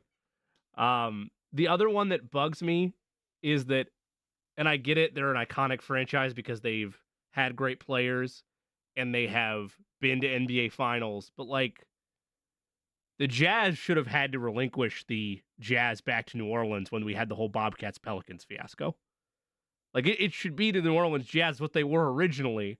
I understand that they've now made strides in Utah, but, like, I don't think about – doesn't fit. Here's the thing. Here's the I don't one think that about always – Jazz and Utah the together. thing to me that always blows me away is there any team name in sports that more aptly flows with and feels fitting in terms of just from a logo standpoint, like, and I'm talking about the typesetting, everything. Is there anything that sounds and just feels more natural than Los Angeles Lakers? The LA Lakers. It just works. Sure. I don't know how many lakes there are around Los Angeles. Well, I mean, it was the Minneapolis franchise, that's what I mean. Right? So yeah, like I get it. They inherited the name because Minnesota's the land of 10,000 lakes, But LA Lakers, Yeah, it it's flows. funny because that's one of the few where it actually worked better in the second go-round. Utah Jazz, at this point, kind of fits just because it is so ridiculous and inane to And it have stood the test of Jazz in time Utah, now. right? Yeah. They don't even have caffeine in Utah. But my bigger frustration with it is that their original roots were in New Orleans. Oh, I know. Like, I it's mean, not I get like it. it's not I like get it. I'm just saying, oh, Well, team here should but- actually be team here. No, they were there at one point. But what the Colts' original roots were in Right, no, I Baltimore, get it. right? I So when understand. Baltimore got a franchise, It's that same argument. Yes. yeah, when Baltimore got a new Yeah. franchise, and the Ravens is really cool. That's a Sure. cool name, right? But you know, I'm sure in Baltimore there were people No that were doubt. like, and that's always been with the city of Baltimore. Their complaint has always been not necessarily about the fact that the Colts moved. I think they've understood now, and people have come to grips and come to peace with the fact that the city was probably as much to blame for the Colts' departure as Bob Irsay. But I think what makes them upset is that, you know, Raymond Barry, when the Colts make it to the AFC Championship game and Jim Irsay has Raymond Barry come out and do like the coin flip in the RCA Dome, and people are like, Raymond Barry is a Baltimore Colt great. So he belongs, his records, He's ours. I get it. Correct. There's a sense of city civic pride with And it. so the records themselves, you know, and I understand it and I respect it, but when Jim Irsay sends out a tweet, for example, that says, you know, whatever it be, Anthony Richardson is just the second rookie quarterback since Burt Jones, and people are like, yeah, man, Burt Jones belongs in our records and our Hall of Fame. That's what the Cleveland Browns, when the Browns moved to Baltimore, they allowed the records and the heritage of the Browns with the new franchise to still belong to that. So, you know, somebody that sets a passing record now for the Cleveland Browns is surpassing, say, Bernie Kosar, who is not in the Ravens record books. He's still in the Browns records book, and that's always been their beef. And you've seen, though, in modern sports, and the most recent example is now 16 years ago or so, when Seattle Supersonics moved to Oklahoma City, there was all those lawsuits from the city of Seattle for the move happening. And one of the terms of the agreement was, unlike what happens with a lot of teams where you take the history with you, they left all that behind. The Oklahoma City Thunder does not claim anything that happened in Seattle, be it individual awards, Hall of Famers, trophies, logo, nothing. They left all that behind to the point that if you ever had a situation like what happened with the Ravens where, and I get it, the Browns moving and all that, it's a whole other can of worms. But if Seattle ever gets an expansion team again, they could just restart with their rights to Seattle Supersonics history. They wouldn't have to deal with all the baggage that, say, the Ravens did. This, by the way, hey, Jake, aren't the Colts' original roots in Houston and Dallas? Yes, but they were not the Houston-Dallas Colts. They were the Houston Texans, right? And then they ultimately, if I'm not mistaken, and I have to look this up to make sure I'm right, but I believe this is correct, that organization then became they moved to Baltimore. They became the Colts. They were owned by the Rosenblum family. Bob Irsay bought the Los Angeles Rams and traded the Rams ownership to the Rosenblum family for the Baltimore Colts. But the point being, the name Colts originated as part of the Baltimore franchise. James Boyd, by the way, in 12.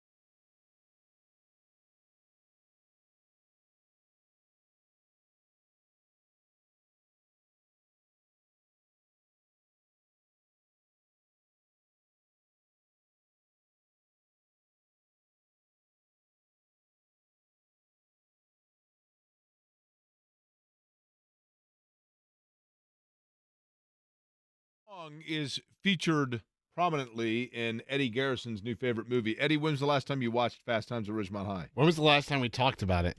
2 weeks ago? Yeah. Yeah. I've been watching The Boys lately, so. Okay. Well, in Fast Times, there's a famous scene where Spicoli and Jefferson's little brother crash a car, and Jefferson's little brother starts talking about the different ways in which Jefferson is going to react to the crashed car. And He's gonna kill Spicoli us. says, well, make up your mind, dude, right? Yeah. So I'd like to I can say fix right it. now on X or Twitter, whichever it's called, to LC_Gregory. So Gregory LC. I'd like to say, make up your mind, dude, because he sent the following post today, which I can appreciate. Jake, your anecdotal BS is getting harder and harder to digest. Yes, I know I can change the station. That said, I shouldn't have to. I appreciate that you have not changed the station and the consistent interaction with the show and the fact that you listen to the program. I understand the anecdotal stuff probably does for at times people get old. As I have said before, I love going to, different brew pubs or whatever. It doesn't mean that what they have on tap is always my exact favorite beer. And sometimes they have in rotation stuff that isn't to my liking. So I can understand that. But from 3 months ago, this from @LC_Gregory on Twitter. Jake, I know some of your contemporaries blow you some crap about your anecdotal comments, but you have a lot of folks out here in radio land who love to hear them. Thanks for taking the time to enhance the show. Isn't it ironic? Make up your mind, dude. Nick Yeoman is the one that pointed that out and tweeted it. Make up your mind. How about Nick Yeoman doing the work for you? Yeah, I like that. He probably just, I don't know if he scrolled through. That was impressive. Nice work by Nick. Having my back on that. That was impressive. I get it. And this time of year, we probably do side tangent a lot. The goal is to make it interesting. And for some people, Educate and entertain. Entertain and educate. That's right, Jimmy. we don't necessarily, it just depends on the day on which order we elect to do those two things. Let's put it that way. But more than anything else, I appreciate anybody who gives us the opportunity to simply say, make up your mind, dude. One of the great quotes of all time.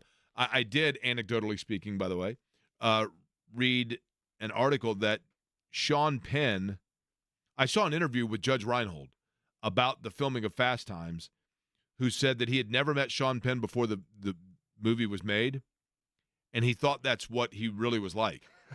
He thought because Sean Penn wouldn't break character the entire time, and the final scene of the movie that they shot was the Mighty Mart scene. Awesome! Totally awesome! So I actually had that queued up earlier because you said awesome like 3 times in a row, and I was trying to play it. So that scene right there, and then he says, all right, Hamilton. Apparently, they were like, and cut. And because it was the final scene that they'd shot of the movie and they were done, Sean Penn finally broke character of Spicoli and was just like, okay, thanks, guys. Like, it was nice meeting you, Judge. Like, good working with you. And he's like, wait, what just happened? He had no idea. And, of course, he went on to become, an Oscar-winning actor. Sure. And so many great actors in that movie itself. By the way, James Boyd, we mentioned, going to be in tomorrow. And I appreciate the fact that James is filling in. He's also going to be at the golf outing, is he not? Believe so. He said he's going to stop by Back Nine Golf Going to stop Entertainment by Center. at the Back Nine. So if you want to meet James, he'll be there as well. That's going to be 1 week from this Thursday. We have one bay left. Tickets are available at 107. You don't have to buy an entire bay, by the way. We'd love to have you just come out, enjoy, take a couple swings, meet, listen to the shows, have a drink, have some of the food, enjoy. Where are tickets available? the sites. You stopped like halfway through there. Yes. Where are You don't- tickets available? You stopped like halfway through where you're telling people. What's that? You said 1075 you said thefan.com. where? I thought Yeah. you said. You yes. said tickets are available at 107, and then you just 1075 thefan. had a brain dropping, on I the think. station website. I thought you said were tickets available. Yes, tickets are available at the station website, and one bay is left as well. But by all means, if you want to go for a whole bay, fits about 8 people. So if you want to get a whole big group together to be a part of it, by all means, go ahead. Let's go, right? Yeah, You know, if they've already bought tickets to that, or if they don't get there in time, there's another event too, right? There is. Pickleball. Thank you, Eddie, for mentioning that. the Fan is also putting together, along with our friends at WIBC, a pickleball tournament August 24th and 25th at Farmers Bank Fieldhouse in Lebanon. Now, this is the inaugural WIBC Fan Pickleball Tournament. As I mentioned, our friends at WIBC in pickleball always taking the right side of the pickleball court. You can register, by the way. This is for men, women, and mixed doubles. Skill levels running from 3.0 to 5.0. Slots for competitive players and those that just simply want to learn the fastest-growing game out there, talking about pickleball. So if you're pickleball curious, you'll be able to come out and watch, hang with members of our station as well as WIBC, enjoy a cool cocktail with Deep Eddy Vodka, who will be there as well. 12 indoor pickleball courts at Farmers Bank Fieldhouse in Lebanon. They also have multiple basketball courts, soccer and football areas, and batting cages. All of the information for that is available. Again, that's going to be in August at the WIBC website and our website as well. James Boyd joins us next.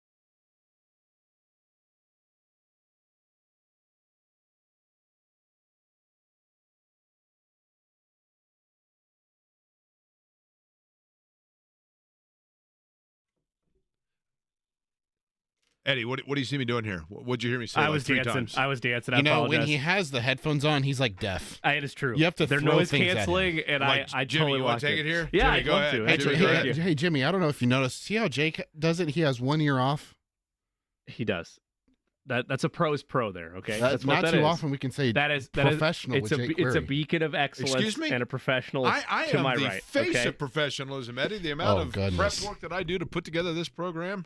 There is so much on the docket we can get into with our as he hits. Let me tell you something. Eddie just rolled his eyes over the entire course of the radius of his head, and let me tell you how much of an eye roll that has. It gave me a headache.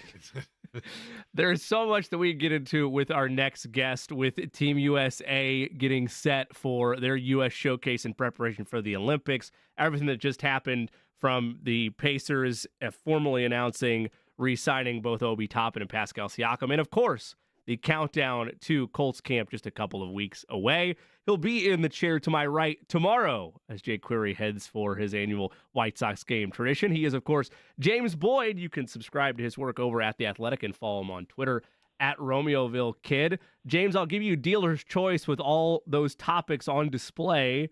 Where would you like us to start today? Let's start with Team USA. I'm excited, man. They've been talking crazy about Tyrese Halliburton, but he's one of the 12 best players in the world. The critics, don't want to, give him credit for that, but he is, according to Team USA. Where are your expectations for Tyrese Halliburton during the Olympics in terms of role, in terms of fit, in terms of what Pacers fans can expect out of him in Paris? You know what's funny, Jimmy? I think we're going to see the Tyrese that didn't shoot a lot, but this time people won't be so mad about it because they're trying to buy a bunch of talent. So I don't think his field goal attempts will be that high throughout the Paris run, but I do expect him to be a dark horse candidate, obviously, maybe even a front runner to lead the team in assists. I think when he gets on the floor, assuming he comes off the bench, that he's going to push the pace a ton, distribute the ball, and really get the ball hopping and get some guys some easy looks. So I'm excited about it, and I think that this will be a great experience for him, not only because of the opportunity to win gold, but the knowledge he can gain and bring back, because we've seen in years past when guys go overseas and they play in the Olympics, and he had a chance to do it last summer with FIBA in the World Cup, you take a step forward individually as well with your team coming back to the NBA. So I'm excited about it, and I expect big things from him. James, the yin and yang of the Halliburton involvement here would be, in my opinion, the following. And that is, if there's a negative, and I don't know that there is, but if there is, it's, okay, he could have used the rest time. I get that. But from a positive standpoint, I got to thinking about this, and we know that Halliburton can distribute. And I think that when Halliburton first really kind of hit onto the scene here in Indiana, one of the things that was so intriguing about him was his distribution ability and getting other players involved. I thought he got away from that a little bit once his shot started going and almost started looking for his shot too often for the Pacers, and at times that hurt them a little bit. I like the fact that he may now be in a situation where he has to kind of recalibrate and go back to distributor first, and I think that can be benefit Indiana now that Siakam is immersed as well. Am I overthinking that? I don't think you're overthinking it. I do think that Tyrese, one of the biggest things with him is that he is a pass-first person. I think he's just unselfish by nature as a human being as well. So obviously you would like to see him, be able to, ride that line a little bit better than he did perhaps at times throughout the playoffs this past run to the Eastern Conference Finals. But overall, I think that your approach right there, Jake, is correct. You have to let players play to their strengths. But now I think Tyrese is in a space where we've seen what you can do at this level. Can you push the envelope even more and be potentially a top 10, top 7 player in the league? I know that sounds crazy to some people, but to me, Jake and Jimmy, we saw it last year, especially early on before the hamstring injury. To me, he really was arguably a top 10 player in the NBA. Are you surprised at this crop of U.S. Olympic basketball players, how many of them it's actually their first go-round with Team USA? I'm not surprised, but I think it is a bit alarming to see some of the people. For example, Steph Curry, this being his first Olympics, is kind of mind-boggling. Same thing with Joel Embiid. But, even LeBron, first time in 12 years, he's put on a USA jersey. And then obviously Tyrese Halliburton and others get an opportunity for the first time. So with that said, Jimmy, though, they have so much talent and they're really deep. Because I was looking at the roster and I'm like, I don't know who's going to be the starting five. Steph Curry, KD, Joel Embiid, LeBron, maybe Tatum and Anthony Davis, or you can go a few different ways there. But I look at the bench, and I'm like, man, that means the bench has obviously Halliburton. And then you also have, coming off the bench, Devin Booker, who scored 27 points a game last year. You have Drew Holiday, first off a championship, one of the best defenders in the world. So I think this team is really, really deep. And unlike, past USA teams, they have a lot of size, too, as well. I didn't even mention Bam Adebayo, who's a really good big as well. So it is a bit surprising that Steph Curry is going for his first Olympic gold, probably his last, considering his age. But, man, I am so excited to see LeBron and Steph Curry on the same side because, to me, they're the best two players of this generation, arguably two top 10 players of all time. And so I'm going to cherish this run for sure because it reminds me, or I would think it would remind me if I lived throughout that era of like MJ and Magic Johnson being together and MJ and Larry Bird for their Dream Team run. Now, I will say, James, when you say that they are arguably two of the top 10 players of all time, there's only one of those two that's arguable, right? Yeah, I mean, to me, I think LeBron is definitive.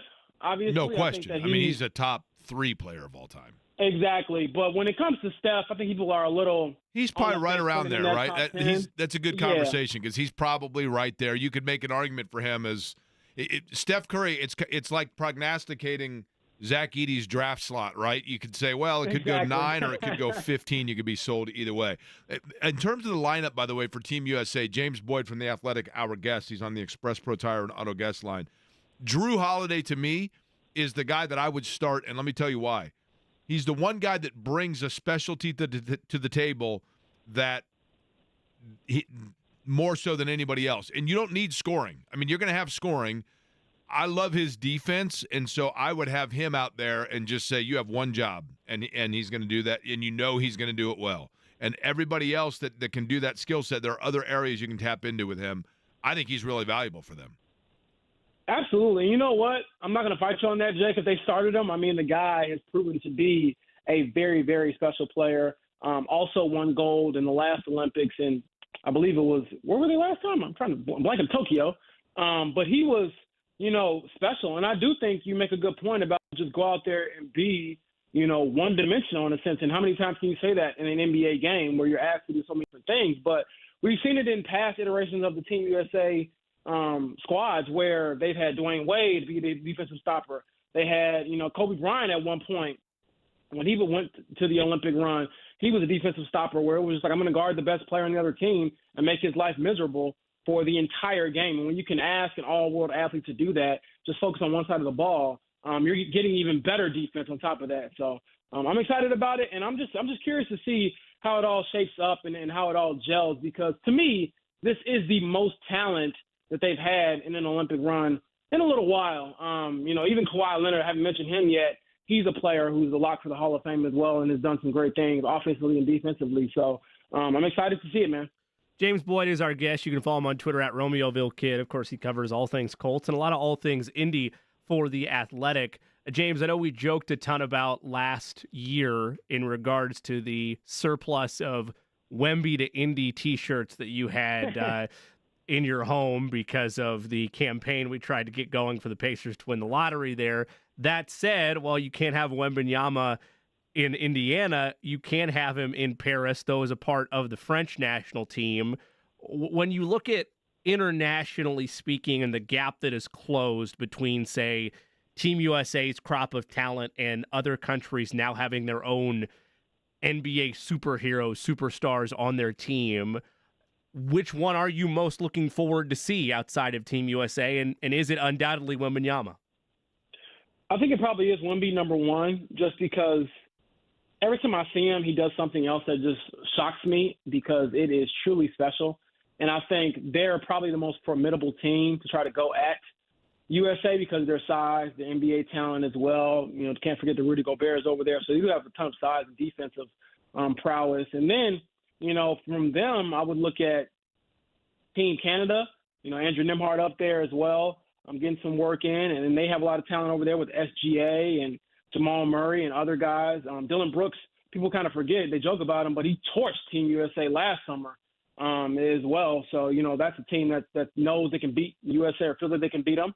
And then you also have the reigning world champion, which is, Germany. So this isn't going to be, I don't think, an easy run. I don't think we're going to see a dream team-like run where you don't call any timeouts and beat everybody by 40. I think they'll have some struggles, but overall, I just think that Team USA has just too much talent to really be, tried across a full game. Like they're going to have some battles within the game, but I think over a full game, when you're just steady platooning guys in, fresh bodies, fresh All-NBA talent, they're going to wear you down. But I'm excited about it because I do think that the game globally is in a great, great spot. I mean, even, Giannis helping the Greek national team qualify for the first time in many years is exciting as well. I have a great trivia question for the two of you. I'm putting you both on the spot. You ready? Okay. Drew Holiday and his wife are one of 67 couples worldwide to have accomplished what? Oh, I know this. Both win gold medals. Yeah, got to be that. Correct. Yeah. Correct. The key. I'm thinking of it like Sue Bird and who's her spouse? Megan Rapinoe, probably another one as well. Yep. So, Yeah. So pretty impressive. it's very impressive. Now, how many? There are actually a smaller list of athletes where the two spouses did it for different countries, which is pretty cool. Wow. But See, I don't know that. but the reason I mention it, of course, is because Lauren Holiday, formerly Lauren Cheney of Ben Davis High School, soccer gold medalist as well. All right, James, switching gears to the Colts, training camp getting underway, obviously in 2 weeks. I'll ask you the same question I asked Bob Kravitz earlier. In your opinion, the biggest storyline going into the Colts training camp that does not involve Anthony Richardson is what? Ooh, I was gonna, tell you the shoulder. I was teeing it up. I'm gonna say that the biggest storyline going into camp would probably be Alec Pierce and A.D. Mitchell. Yep. That's Who wins the starting job as the deep threat wide receiver. That's the one I'm very interested to see. I don't think it's their biggest issue. I think the biggest issue is probably free safety. But the most intriguing matchup position battle is those two because you got Alec. I asked him directly throughout the spring. He was like, hey, I got to go out there and prove that this is my job, as the third starter on this team. And then you have A.D. Mitchell, who didn't say anything but showed it with his play that he's not, trying to stay as the wide receiver 4 either. He's trying to get some starting snaps. So I'm excited to see them go at it. And the A.D. Mitchell, Alec Pierce situation, is there any chance that we will get midway through the year and realize that it was much ado about nothing because of the way that they just maybe can consistently rotate guys through because they're going to be so active passing game? I think I'll lean a little on that side, but I do think that you need a definitive third guy, and I think we're going to see a discrepancy in the number of targets and reps that you get. I'm not saying that either player, say, for example, Alec Pierce, hangs on to the starting job, that means A.D. Mitchell will never play or vice versa. But I do think there will be a significant difference in the amount of action you get in the offense just because it's only so many snaps you can get and only one ball you can throw. So it won't be a huge, huge deal, but I think it'll be something to keep a monitor on. And then obviously, Jake, if we're keeping it real, if the offense is humming and they're playing well, everyone will be happy because everyone will be touching the ball at that point. James Boyd is our guest, covers all things for The Athletic, joins us via the Express Pro Tire and Auto guest line. James, this battle between A.D. Mitchell and Alec Pierce, is there a clear edge going into camp from those that you've talked to, from what you've seen, or is this one that is just going to be even footing going in and you'll let the results on the field dictate who winds up ultimately being higher in the pecking order? I think it'll be more so the latter, where they have to go at it and kind of prove it. Obviously, you try to glean something from the spring, but I know Alec missed a couple of days with the foot injury, minor foot injury. It wasn't a big deal. If it was during the season, he would have practiced. And people were like, see, he's losing ground already. And I'm like, I don't think it works like that. I think when you get out there in the dog days of the summer and you have a chance to really go at it, with the one-on-one drills, with different reps, different sets, even just knowing the playbook. Alec hasn't beat there already, obviously, because he's been in the system for a couple of years. So I think that all of that will, put them more so in a battle rather than someone having a slight edge right now. Ask me that question in, 6 or 7 weeks, and I'll probably have a different answer for you because I have more to work with. James Boyd is our guest. He's on the Express Pro Tire and Auto guest line. You can read his work at The Athletic. You hear him a lot on this station as well, which is always appreciated. James, you have covered how many training camps now? This will be what year for you in covering an NFL training camp in some capacity? Number 3, so I'm gaining ground slowly but surely on Chap. Okay. So with that, now that you've been through a few of them, tell me an angle or a storyline that we as media or as fans, maybe even more so fans than media, that you would tell people to temper their expectation, because if there's one thing you've learned in 2 previous camps, it's that the thing that jumps out the most at camp that becomes a talking point that then translates to the actual least relevance in the regular season is what? offensive and defensive line play. I think that's a huge one. And I learned my lesson a lot from the 2022 season with Matt Ryan, because throughout training camp, they looked really good. The offense was humming, and then you got to the season, they couldn't block anybody. And I was like, wow. And that's one of the things that you don't really get a chance to assess as much as other things. Like, I feel pretty confident looking at, okay, this wide receiver is making some plays. He's going to be somebody that kind of steps up throughout the season. This running back, even running backs as well. I'll actually take that back. Running backs are another hard business to evaluate. Thankfully, they have JT, so he's easy to evaluate. We know what he can do. But I would say running backs and then the lines. I mean, we have no clue who's a good offensive line or a bad offensive line or a good defensive line or a bad defensive line until they line up in an actual game and play. That's what I've learned the most. So when people ask me, for example, how's Latu looking? I've heard nothing about him. How many sacks did he have? Like, I couldn't tell you how good he is until he gets, on the field in week 1. Yeah, and so and maybe line, it might be the same answer, and that is the storyline that I guess is the hardest to predict. I mean, is that it? And the fact that maybe it's the same question, right? The thing that you jump out and it's like, man, it doesn't matter how many camps you go through, nothing matters until the arrows are flying. Quarterback play might be in that same category, isn't it? I was going to say, I think it's probably quarterback. I mean, I could sit here all day, and I'm going to do it because that's what you do over the summer. I'm going to track every single Anthony Richardson throw. But, I mean, no one's going to care if he was 3, 4, 7, and 11 on 11 passing, back in July when we're in October. No one's going to care or even remember. So I do think that quarterback play is something that can get people excited, and you should be excited about it. I mean, it's the most exciting part of camp to watch the quarterback and see what he does. But, I mean, I'd be lying if I thought I gleaned a lot from it because it just doesn't really matter. And I hate to say it I sound like a broken record, but until you actually play football, it's really hard to evaluate football in particular because it's so physical.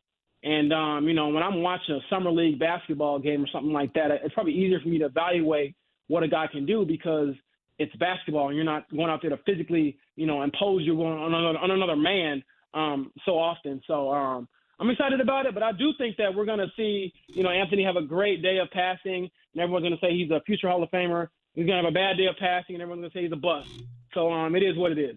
And they'll be in James Boyd's mentions undoubtedly as well at Romeoville Kid on Twitter. James, last year in year 1 of Shane Steichen as a head coach in the National Football League, a lot of what he was able to do, both from a creativity standpoint, from a system standpoint, from a design standpoint, from a play calling standpoint, gets overshadowed by all the injuries the Colts dealt with, most notably that of Anthony Richardson. One, lightning in a bottle that winds up breaking on the Colts is that 4th down call to end the season, where we debated that for days on end after the fact. I still contend in the modern NFL, it was a great play design, a great play call, was clearly going to work, just didn't execute well, right? Goodson drops the ball, season's over. But you saw flashes like that throughout year 1 with Shane Steichen. Let's do one of our favorite exercises, which is turn those injuries off, turn the slider injuries all the way down.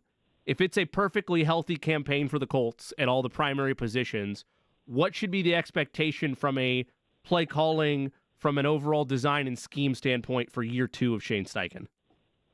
Oh, great question. I think that they're going to be fully healthy, top 8 offense, because of what I was able to see last year, even when they were missing some of their key guys, obviously Anthony Richardson and Jonathan Taylor. I would say top 8 to 10 offense, 10-win season, playoff berth. I don't know if they'll win the division because that seems like they're just allergic to doing that.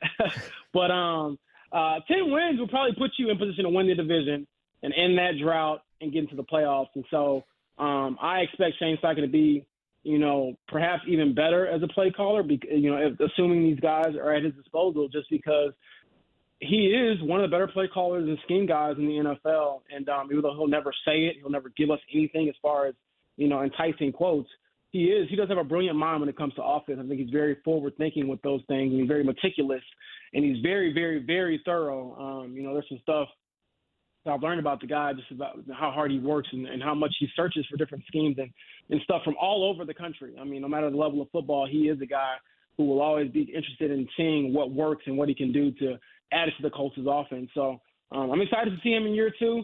I think he'll be more comfortable, even though I don't know if he can get more comfortable because he never looked rattled to me, even after the heartbreaking loss at the end of the year. But I think that this offense can be really special, especially even when you think of, other factors like Jelani Woods, if he can come back and be healthy. What does he add to the offense as well? So I think Shane is very good at maximizing strengths, even more so than some other coaches in the NFL. So if you look at last year's season, and I'm going off the top of my head on where teams slotted, but in terms of, James, what your prediction for the Colts this year is, it sounds to me like what you're saying is a year that kind of mirrors what Miami was last year. That fair?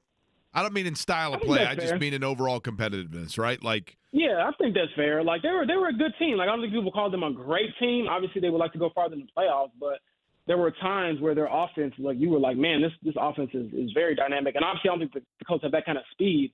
But in theory, just overall, generally, I do think that is an accurate assessment. Jake, one thing that James mentions there with the Colts being, quote unquote, allergic to winning the division, who would have thought of 10-year streaks going on that your Hootie and the Blowfish drought would end before the Colts win the division? I mean, it's pretty incredible. That's a great point. Yeah. Well, it's not. We haven't gotten there yet. Yeah. Are you, James? I'll bring you into the fold. Jake's been trying to go see Hootie and the Blowfish for years and is finally able to do it now. Coming up on the 27th. Jake, are you now worried though about different elements of hey? We had an instrument break or Darius Rucker's going to get pneumonia a week before. Yes, there's no question about it. I mean, there's going to be 65 southbound is going to be shut down on the way down there. My Waze isn't going to catch it. Yeah, I'll believe it when I'm standing there and hold my hand. Yeah. They're opening it up, right? Same way with Colts fans in the South, I would argue. Yeah. So I mean, that would be my thought. All right, James, you looking forward to tomorrow? I am looking forward to tomorrow, checking out Team USA, obviously. But I'm also looking forward, big picture with the Colts, to seeing if they can end some of these weird streaks. If you can beat Houston in week 1 and get your first season opening win since 2013, if you can win in Jacksonville for the first time since, I believe, 2014, if you can win the division for the first time since 2014. So a lot of streaks on the line. And I think that at some point, if Anthony is your guy, if you're really a serious team, you got to win some of these games and get back on track. So, not to get too far ahead of myself. I'm enjoying vacation and enjoying the time off, but I'd be lying if I said I wasn't itching for some football. All right. Well, it'll be here before we know it. James, I think he was just trying to pry from you and see if you were looking forward to working with Eddie and I tomorrow. I think that's more or less. We know that's but mainly me. Let's be honest. Y'all like family, man. It's like my brothers. I got to pull up and see the fam. Looking forward to having you in tomorrow, man. All right, man. You have a good one. That is James Boyd, covers all things Colts and Indiana for that matter at The Athletic. Joined us on the Express Pro Tire and Auto guest line. You can follow him, of course, on Twitter at RomeoVilleKid. I'll tell you, the Richardson thing, that's the other thing that's going to be of interest is you can put two over-unders on the Colts this year. The first is over-under on wins. You said it's at 8.5 right now? Yes. I'd take the over on that all day. And then the second is the over-under on number of starts Anthony Richardson gets. I mean, if it's high, then you think that they're over. To me, they're married to one another. And this would help if we were, an organized operation all the time. Sometimes we are. But I know we played that game a couple weeks ago. I can't remember what we set the over-under at, though. I feel like it was 14.5. Yeah, maybe. I mean, if he's healthy, I mean, that's their year, right? Flacco can give you, I mean, again, donut tire, right? Yes, he is the epitome of your donut tire, my best if benched by milk, whatever analogy you want to use. He is the epitome of that. You saw it last year. You saw a large stretch where he gets you there. He'll get you from city to city. But if you're trying to go, Jake, to your donut tire analogy, cross country with him, there's a cap. There's a clear ceiling with where you can go. With Anthony Richardson, James is right. I don't think he's far off on them being a top 10, maybe even a top 5 offense next year or this coming season if Anthony Richardson's fully healthy, because so much of the dynamicism of Shane Steichen as a play caller is unlocked by what Anthony Richardson brings to the table. But Jimmy, there's one thing that we forget. Mm-hmm. One thing we never talk about, and it stuns me. But speaking of a day where streaks end, we'll do exactly that on this subject next.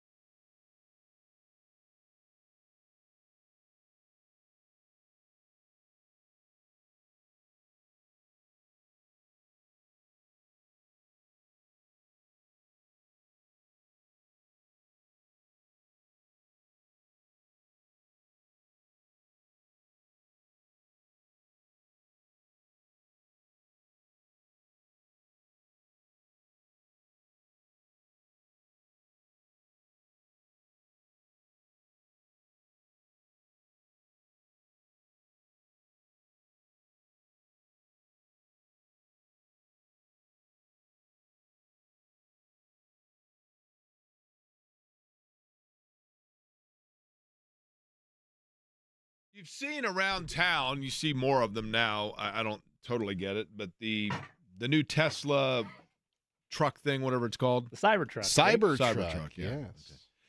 I saw one of them, by the way, where you could look at. Have you guys ever looked inside of one of them? Of a Cybertruck? Yeah. Only on like a video, never in person. The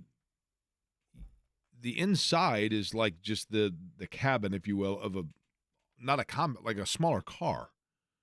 The majority of the frame of it is just like a big open space, I guess, trunk or something. Yeah, I believe that.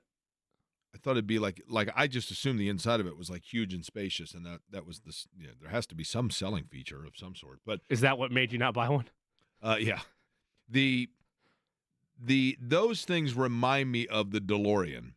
When the DeLorean came out, the DeLorean I thought was a little sleeker and cooler looking, but it was so bizarre at the time, with the doors coming up from the sides and everything else.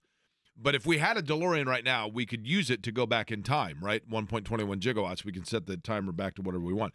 But instead of doing that, since we don't have the actual DeLorean, we're just going to do it in our mind. And I'm going to do it by asking you guys the following question. Okay. When I very first started doing this radio show with the two of you, I think it might have even been the first week, we went out for a show remote, which oddly I think is the last time that we did a show remote, right? The track? It depends. Yeah, we did Twice? the track twice. The track, yeah. But so that's right. We did the Non-sports division. and that was for the Wood Hoosier Hardwood Festival. Hoosier Hardwood Festival. Yep. At that Hoosier Hardwood Festival, Eddie, you just mentioned it. That's where we met Twiggy, the water skiing squirrel, right? Can't confirm he's still alive and well. The Is he legend. really? Yes. The legend. I tagged you in a tweet like a couple of weeks ago because there was a video of him circulating I around. think I have you muted. I probably didn't see that. I hardly tweet, so I don't know why you would mute me. But when we met Twiggy, the water skiing squirrel, We did. we then used his name. We borrowed his name for what? For what purpose? For Jonathan Taylor. Because why? We were tired of talking about him getting off the yacht bus and not being a part of the team due to contract holdouts. The conversation around Jonathan Taylor it became exhaustive. Yes. It was like eggnog or whiskey or whatever else, where the first couple sips is great, and then after a while, when you hit the point where you've had enough, right? Or apparently your antidotes. And in my anecdotes, according to Gregory, that's correct. So my anecdotal conversation, by the way, the BS is enough. Jonathan Taylor, though, we haven't talked about at all. When you go into training camp, and the Colts are going to in a couple of weeks here, what's everyone talking about? A.D. Mitchell and Alec Pierce and what's going to happen with the defensive backfield and Anthony Richardson and the shoulder and is he healthy?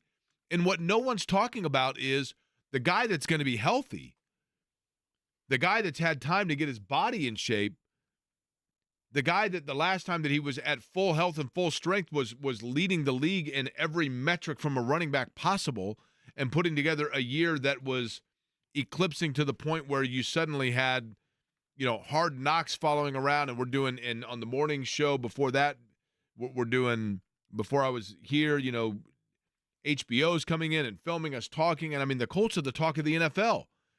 And when you incorporate that into Shane Steichen's offense, if they can open up the passing game, Jimmy, to me, that's what separates the Colts from, as you talked about, the over-under at 8.5 into like the potential 11-12 win team, right? They have in that backfield one of the most dynamic weapons across the entire National Football League. Separate for a second the idea of being able to utilize both Anthony Richardson and Jonathan Taylor in RPOs or in different designed run plays. Like, take that out for a second, because I know that was what was really hyped about when Anthony Richardson was drafted, and just focus on the commodity that Jonathan Taylor is.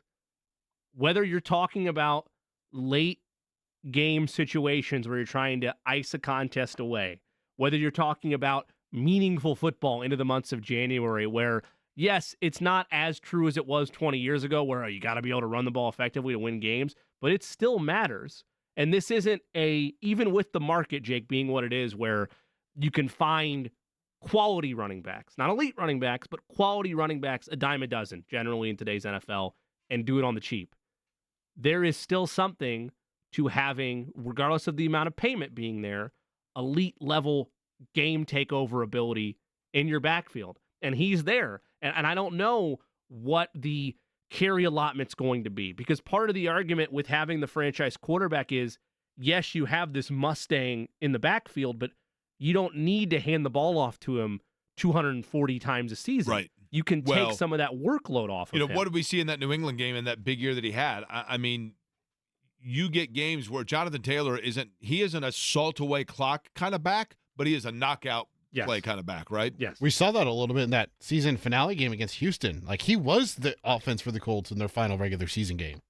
Yeah. I mean, when he's going, it just – and think about if you can get – if A.D. Mitchell or Alec Pierce or whoever it might be. I mean, we know Pittman is a huge target. And we know that Josh Downs running the slot. Now, if they can get – and it's two big gets, I realize. It's two big asks. But if they can get a semi-legitimate tight end receiving threat, and then one of those two between Mitchell or Pierce being a deep ball threat, now you've got defenses where it's like, well, where do you – I mean, you're on your heels, right? One of my favorite Jonathan Taylor stats, and this is one that dates back to my, early teenage and beyond years of Chiefs fandom. Jamal Charles was a running back that if you played fantasy football, you know him because he was a dynamic, explosive player.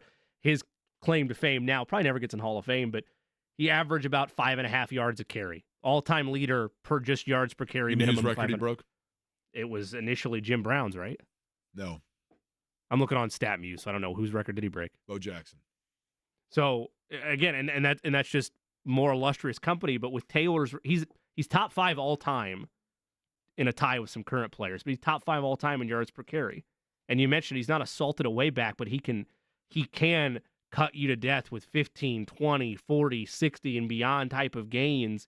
And is this kind of a glass half full conversation? Sure. But yes, Jake, if Anthony Richardson's healthy and he's humming on offense and you have these wide receivers coming along, forget about my concerns about the tight end room. Like, yes, that matters, but that's a thing for another day. If you have your pass catchers playing at a high level, your quarterback seeing the field and being smart with his legs, knowing when to take off and when not to, and then your knockout blow is arguably the best running back still in the league, yes, it's glass half full, but that's a fearful offense to go up against. By the way, the Jim Brown, Bo Jackson thing, I show my era bias there. Brown is it when you factor in a threshold of minimum number of carries. Okay. Because Bo Jackson's career was much shorter, obviously. Yes, right. So it's over 1,000 carries or whatever it is, then you are correct. But yes, listen, the other factor for the Colts, another thing to watch, quite frankly, is the backup running back position. And I know that sounds crazy, but just so that you can spell – Taylor's going to be on the field most of the time, right? But if you can spell him with occasion, with whether – I'm assuming it's going to be Sermon, but – or quite frankly, Jimmy, if they can get themselves like a fourth-string running back that can make a catch on a critical fourth down, that would be huge, right? Yeah. Or Tyler Goodson, man. That's a key and critical element. That's the key piece. If that's unlocked, if you know that you're going to get one pass thrown your way all year, and make sure that it's there where it needs to be, right? But again, blame Minshew. I just think it's interesting that Jonathan Taylor we have not talked about, and I think he's going to be a huge. It goes without saying, going to be a huge storyline. It's a aspect of the way this team has transformed itself on its head in a year, to no fault of their own, just the injuries of Anthony Richardson, getting stability finally with contract negotiations with Jonathan Taylor, and having a foundation in place where the only two big worries, and maybe I'm making this too simple, and I know we'll dive into this more with James Boyd tomorrow, but my only two real worries about this Colts team, taking the tight end room off the board, because that's a real one. I think if you get a real quality tight end in there and unlock so much for Shane Steichen. My only two worries are the health of Anthony Richardson and the success rate of that cornerback room defensively. Not worried about Juju Brents, not really worried about Kenny Moore, There's a lot of young, Juju Brents inexperienced. if he can stay on the field, right? Yeah, correct. There's a lot of young inexperience and lack of quality from that cornerback room from a year ago. They're banking on getting home with their pass rush so that it's not a factor. But if protection's there, how long does your cornerbacks hold down the fort? Those are my two biggest questions going into 2024. This from Paul the mailman. Actually, now Paul the former mailman. He's retired.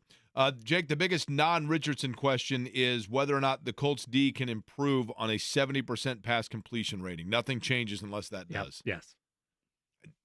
Doesn't it feel like, though, that they are going to have better pass rush this year? Or we've been saying that for 10 years? I mean, we have, but there is some truth to the growth that's happened. Kwity Paye's numbers have improved year over year. There's a lot of hype around Leatu Latu, and maybe he has I'm not going to say Dwight Freeney level impact, but you look back to Dwight Freeney's first year, and obviously we did a ton of this, just taking a trip down memory lane to prepare for him. He doesn't wind up starting until the back half of that season. Like you have growth opportunities there for him. You have DeForest Buckner, one of the most overshadowed defensive tackles in the game. You have Samson Ebukam. Like they have weapons. Dio Dengbo. They have weapons in the trenches.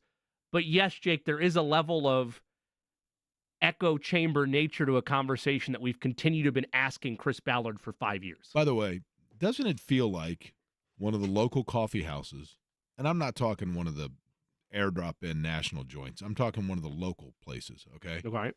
Doesn't it feel like already, if they have a marketing team, they should have a Leatu Latu Latte? Yes. You should trademark that now if you haven't already. For the time that you need a little extra rush. Or just the Latu Latte. Yeah, the Latu Latte. You can clean it up. It's fine. But the Latu Latte for when you need a little extra rush. Bada boom, bada bing. Is that off to the lawyers now? Because I think it should be. That's the kind of stuff. No. If somebody owns a coffee house right now and they want to contact it's your me. gift to them. I'll be like Kramer. You just give me free latte. I don't even drink cafe lattes, but if I did, you just give me free cafe lattes. I'm a little hyped up on the lattes, but they tell me I can drink as many as I want. I'd be fine with it. But doesn't that feel like the most natural thing ever? And then you have the rush aspect of it. And I'm telling you right now, there's somebody out there. Now, Gregory's not one of them. Okay, Gregory, who my anecdotal BS is making him mad, even though a month ago he said it's the best thing of the show.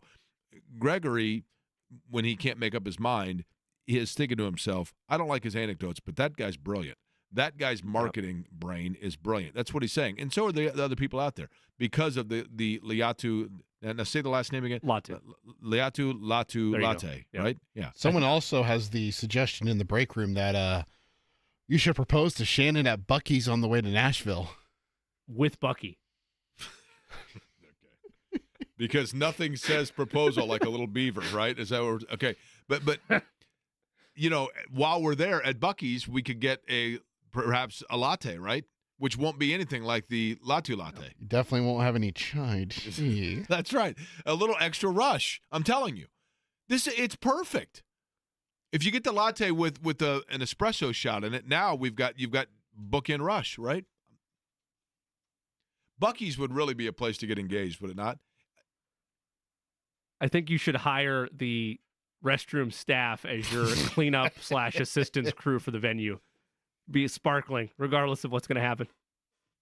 Now now you got me thinking a little bit here, right? You got plays of the day, Jimmy? Of course. All right, we'll do it next.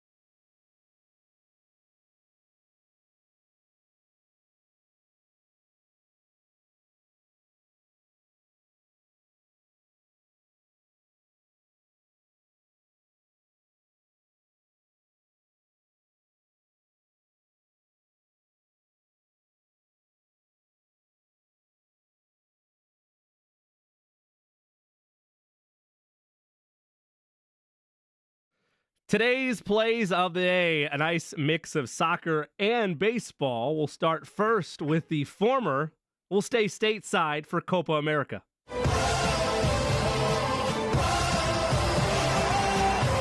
Argentina and Canada square off in a semifinal. That is tonight at 8 o'clock. We'll Now, take this is like. I thought it was semi. What's that? I thought it was semi. It's tomato. If Argentina and Canada was the NCAA tournament, you tell me if I'm wrong, but this is like North Carolina against Davidson, right? Yeah, it's close. We're talking about a Final Four matchup since it is a semifinal, so you got to look at comparisons there. I don't want to be too disrespectful towards Canada. I'm speaking historically. But yes, in terms of like if they were to win, yes, that's the type of upset you're talking about. It's like Butler Correct. Duke, right? Yes. Okay. Yes. We will take Lionel Messi of Argentina as an anytime goal scorer there. You can sprinkle a little bit on Canada Now, if do you you'd ride like. around on that imaginary horse if that happens? Yes, I do run around on an imaginary horse if that happens. That is correct. Is it a gallop? I don't know. It's just sprinting around my house being crazy. Let's head on a plane. Let's head over to Germany, shall we? Ach, mein England. Sprechen die Deutsch, Jake Query over there. We'll take France to qualify. That means to move on. Remember, if you bet a soccer bet, just money line, that means regular time. If it goes to overtime or extra time, as they call it, your bet loses. We'll take them just to win outright to qualify. That's plus 100 odds in that match. Who are they playing? They're playing Spain in the Euros semifinal. In baseball, we'll lay 1.5 on the run line for the Boston Red Sox as they begin a series against the Oakland Athletics. We'll also take the Tampa Bay Rays to win the money line over the New York Yankees. Last one for you. We'll take old cute fella. Hey, root for me. The Baltimore Orioles to win the money line over the Chicago Cubs. Eddie, any bets from you? No, sir. No plays from Eddie. Those are your plays of the day. What about tomorrow in the White Sox? Tomorrow, the White Sox, I don't game. have lines on They're there yet. hosting the Twins. I would take Minnesota, right? They're one of the worst teams in baseball. I would take Minnesota. I think Mother Nature may be the winner. That's fair. Have you looked at percentages? Jake's obviously out tomorrow making his annual trip for a White Sox game. Is it supposed to rain all throughout, or do you think you get maybe a mid-afternoon So pitch? you get scared because you look at the forecast and it says like 90% chance of rain, but I think most of that is like in the early morning hours, and then supposedly it's supposed to go like get better. So we'll see here the forecast in Chicago, Illinois tomorrow. Okay. It's this Beryl. Is that the name of it? Don't they name hurricanes after people? Is there a famous Beryl somewhere that I'm unaware of? I'm not fully familiar with the hurricane naming system. I just know they retire it if it's destructive enough to reach a threshold. Correct. That's true. It goes in alphabetical order, and I think it goes man's name, woman's name, man's name, woman's name. And they must have run out at the B's. They've used everything, and they came up with Beryl. Okay, so for tomorrow, here we go. The next 48 hours. Now, hold on. Let me get rid of this pop-up ad. Okay.